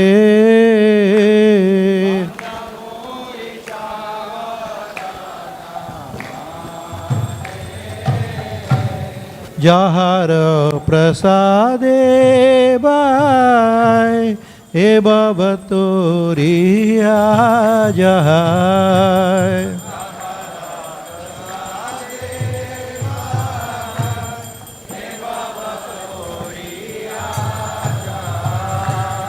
Krishna Prapti Hoy Jahoite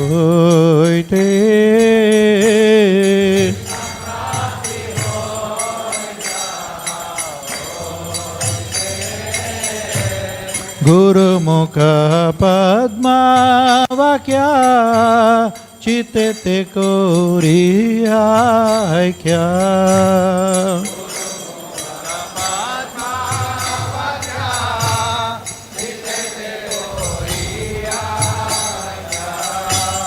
Arana kori ho mane asha.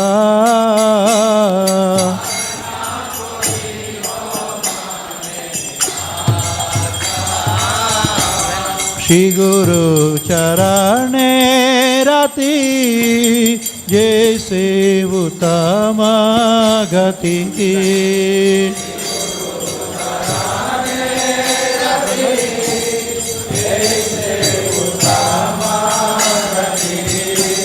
ये प्रसादे पूरे सर्व आशा.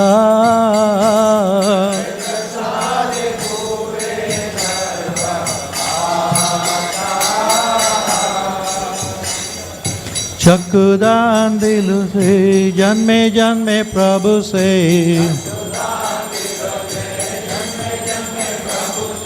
दिव्य ज्ञान हृदय प्रकाशितो.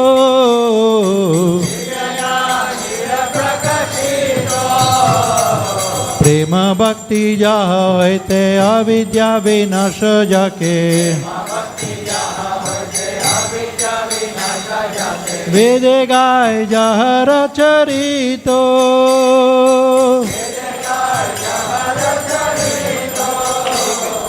श्री गुरु करुणा सिंधु आदम जनर बंधु. लोकेनाथ लोकेर जीवाना.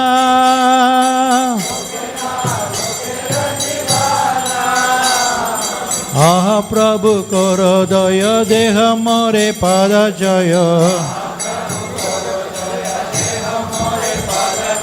हे बेदास गुशुक त्रिभुवना.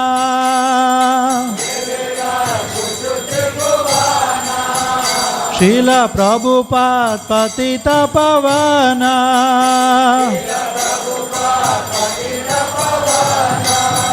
जय गुरुदेवा गुरुदेवा गुरुदेवा जय गुरुदेवा.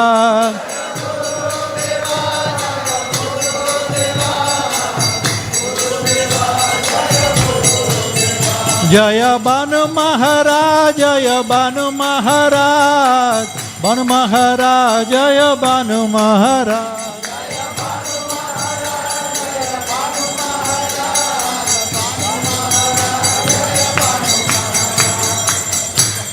नमो विष्णुपदाय कृष्णपृष्ठाय भूतले श्रीमते भानु स्वामी इति नामिने. नमो विष्णुपदाय कृष्णपृष्ठाय भूतले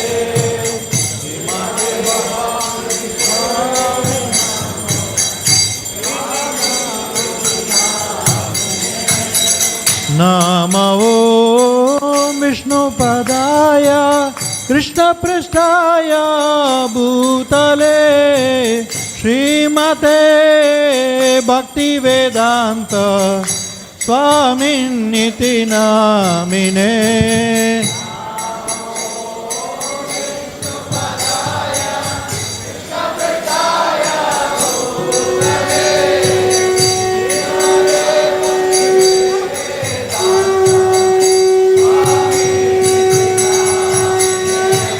नमस्ते सरस्वते देवे गौरवाणी प्रचारिणे निर्विशेष शून्यवादी पाश्चात्यादिशतारिणे.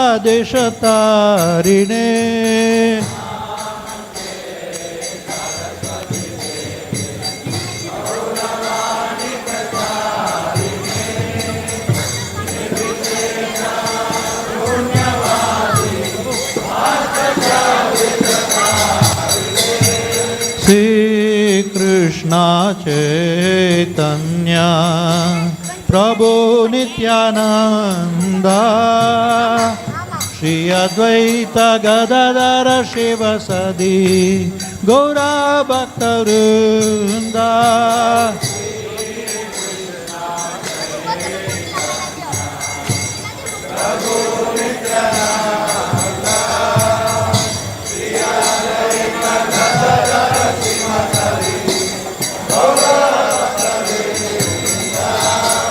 Shri Krishna Chaitanya Prabhu Nityananda Shri Advaita Gadadara Shivasadi Gaura Bhakta Vrinda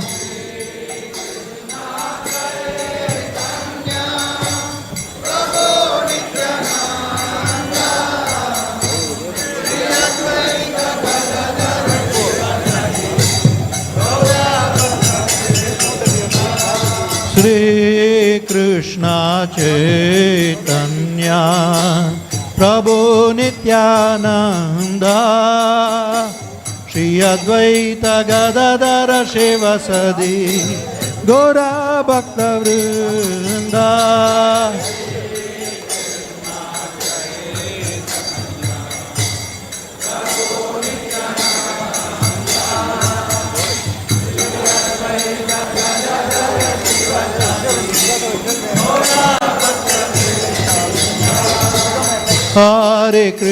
Hare Krishna, Krishna Krishna, Hare Hare, Hare Rama, Rama Rama, Hare Hare.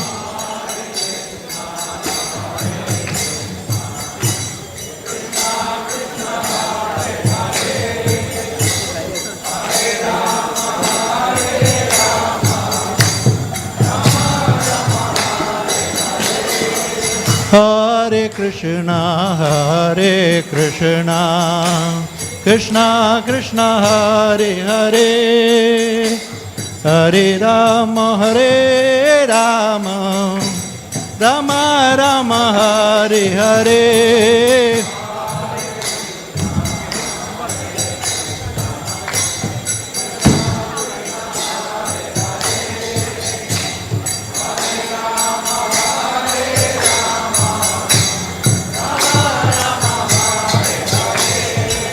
Hare Krishna, Krishna Krishna, Hare Hare, Hare Rama, Rama Rama, Hare Hare.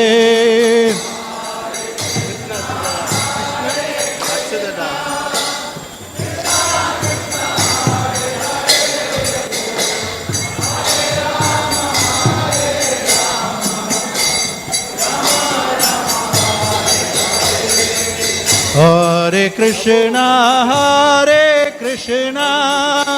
Krishna Krishna, Hare Hare, Hare Rama, Rama Rama, Hare Hare.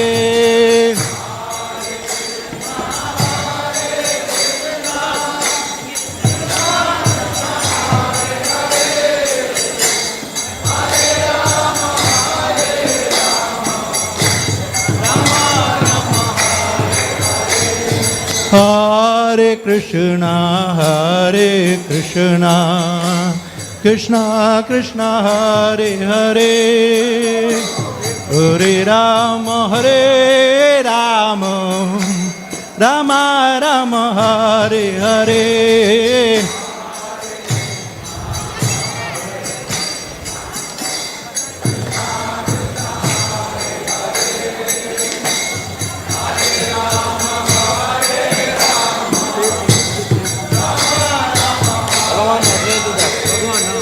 Hare Krishna,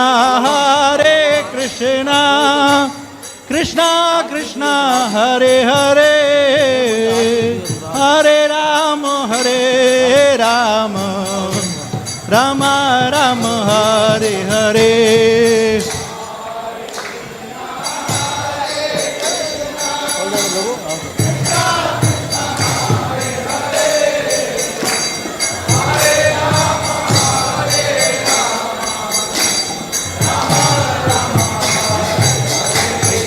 Hare Krishna, Krishna Krishna, Hare Hare, Hare Ram, Ram Ram, Hare Hare.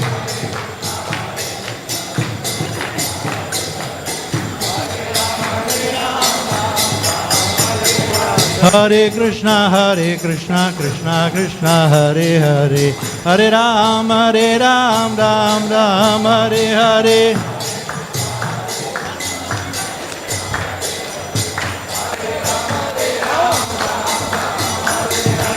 Hare Krishna Krishna Krishna Hare Hare, Hare Ram Ram Ram Hare Hare.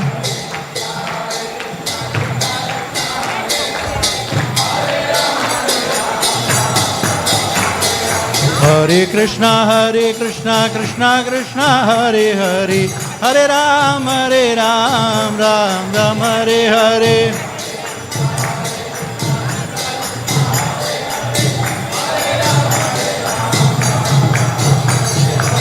Hare Krishna Krishna Krishna Hare Hare, Hare Ram Ram Hare Hare.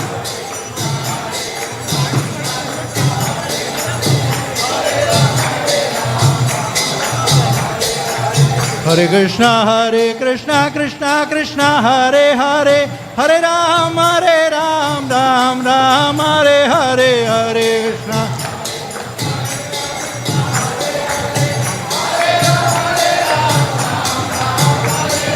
Hare Krishna Hare Krishna Krishna Krishna Hare Hare, Hare Ram Ram Hare Hare.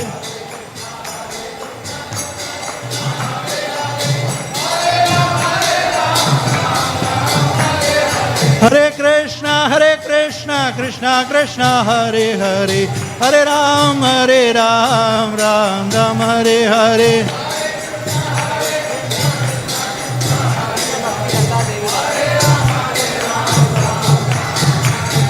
Hare Krishna Krishna Krishna Hare Hare, Hare Ram Ram Hare Hare.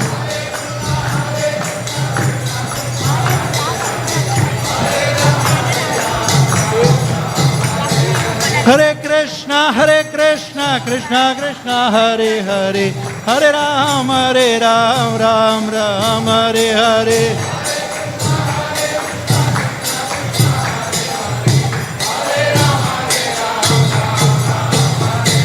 Nitai Gaurango, Nitai Gaurango, Nitai Gaurango, Gaura Hari.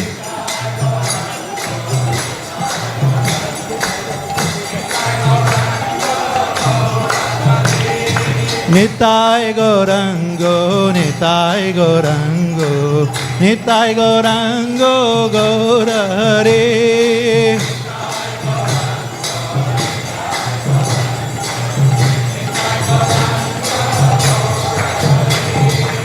Jai Sachinandana, Jai Sachinandana, Jai Sachinandana, Gaura Hari.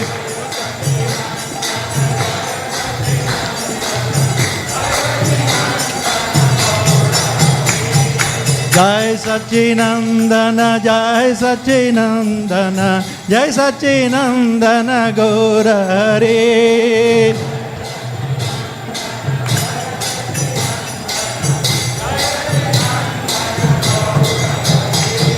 Jai Sachinandana, Jai Sachinandana, Jai Sachinandana, Gaura Hari.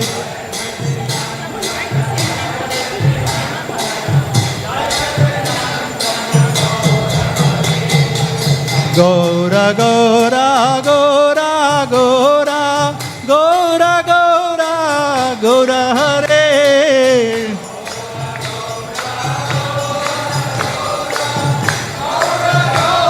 You want to come?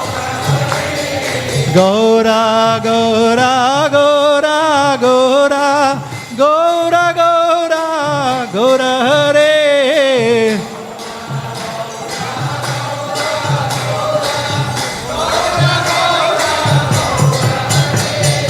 Gaura Gaura Gaura Gaura Gaura Gaura Gaura Hare.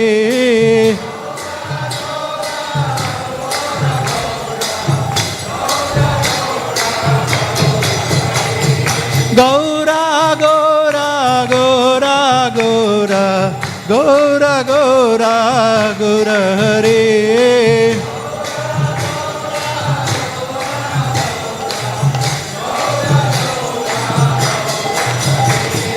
Haraya Namah Krishna Yadavaya Namah Yadavaya Madhavaya Keshavaya Namah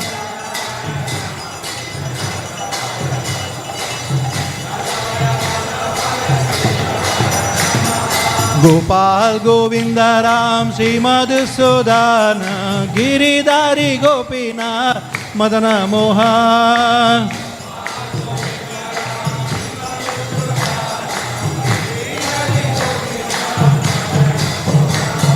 Shri Chaitanya Nityananda Shri Advaita Shita Hari Guru Vaishnava Bhagavata Gita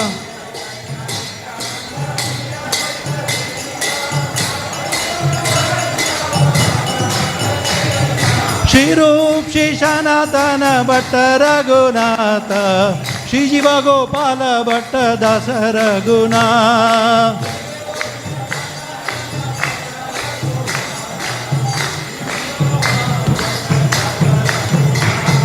Shri Rup Shri Sanatana Bhatta Raghunatha Shri Jiva Gopala Bhatta Dasa Raghunatha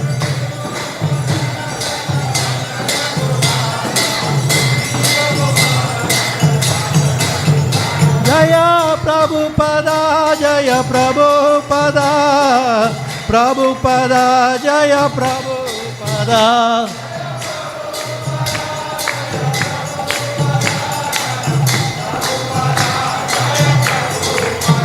Jaya Jaya Prabhupada Prabhupada Prabhupada Jaya Jaya Prabhupada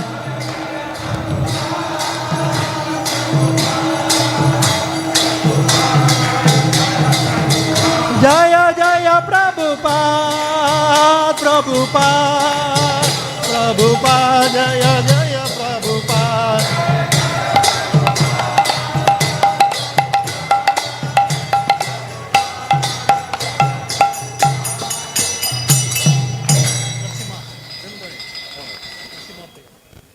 Namaste Narasimhaya Namaste Narasimhaya Prahlada Lada Daine Hiranyakashi Porvakshaha Silatanga Nakalaye Silatanga Nakalaye Ito Narsimha Parato Narsimha Ito Narsimha Parato Narsimha Yato Yato Yami Tato Narsimha Yato Yato Yami Tato Narsimha Bahir Narsimha Hridaye Narsimha Bahir Narsimha Hridaye Narsimha Narasimha Madim Charanam Prapate Narasimha Madim Charanam Prapate Namaste Narasimhaya Prahlada Lada Daine Tavakara Kamalavare Nakam Adbhuda Sringa Dalita Hiranyakashipo Anubringa केशवधृता नरहरिरूपा जय जगदीश हरे जय जगदीश हरे जय जगदीश हरे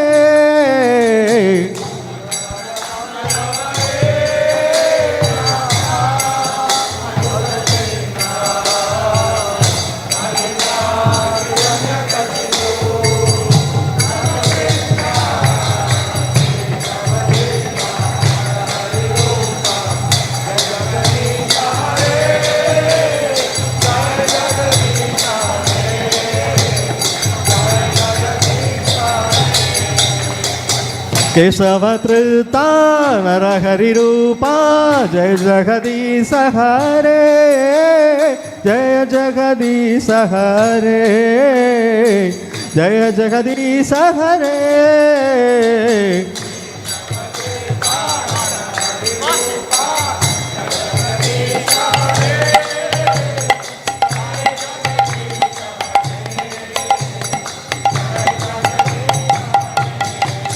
जय नरसिंहदेव जय नरसिंहदेव जय नरसिंहदेव जय नरसिंहदेव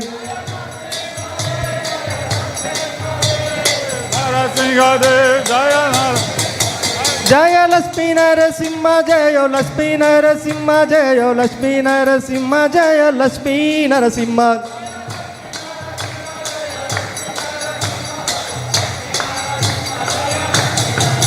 जय प्रहलाद महाराज जय प्रहलाद महाराज जय प्रहलाद महाराज जय प्रहलाद महाराज प्रहलाद महाराज जय प्रहलाद महाराज हरि बोल हरि बोल हरि बोल नित्य गौर हरि बोल हरि बोल हरि बोल हरि बोल नित्य गौर हरि बोल जय श्री श्री लक्ष्मी श्री भगवान की भक्तराज प्रहलाद महाराज की जय श्रील प्रभुपाद की ISKCON भानु स्वामी महाराज व्यास पूजा महा उत्सव की इताई गौर प्रेमानंदे हरि हरि बोल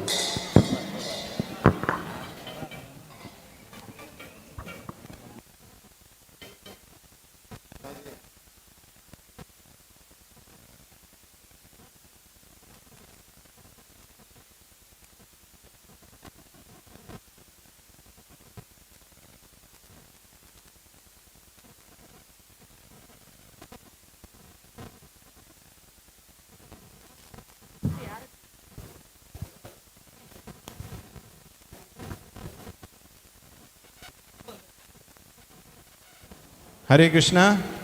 There is a car key which has gone missing. So if anybody locates, you can give it at the security booth. There is a car key which has gone missing, black color car key.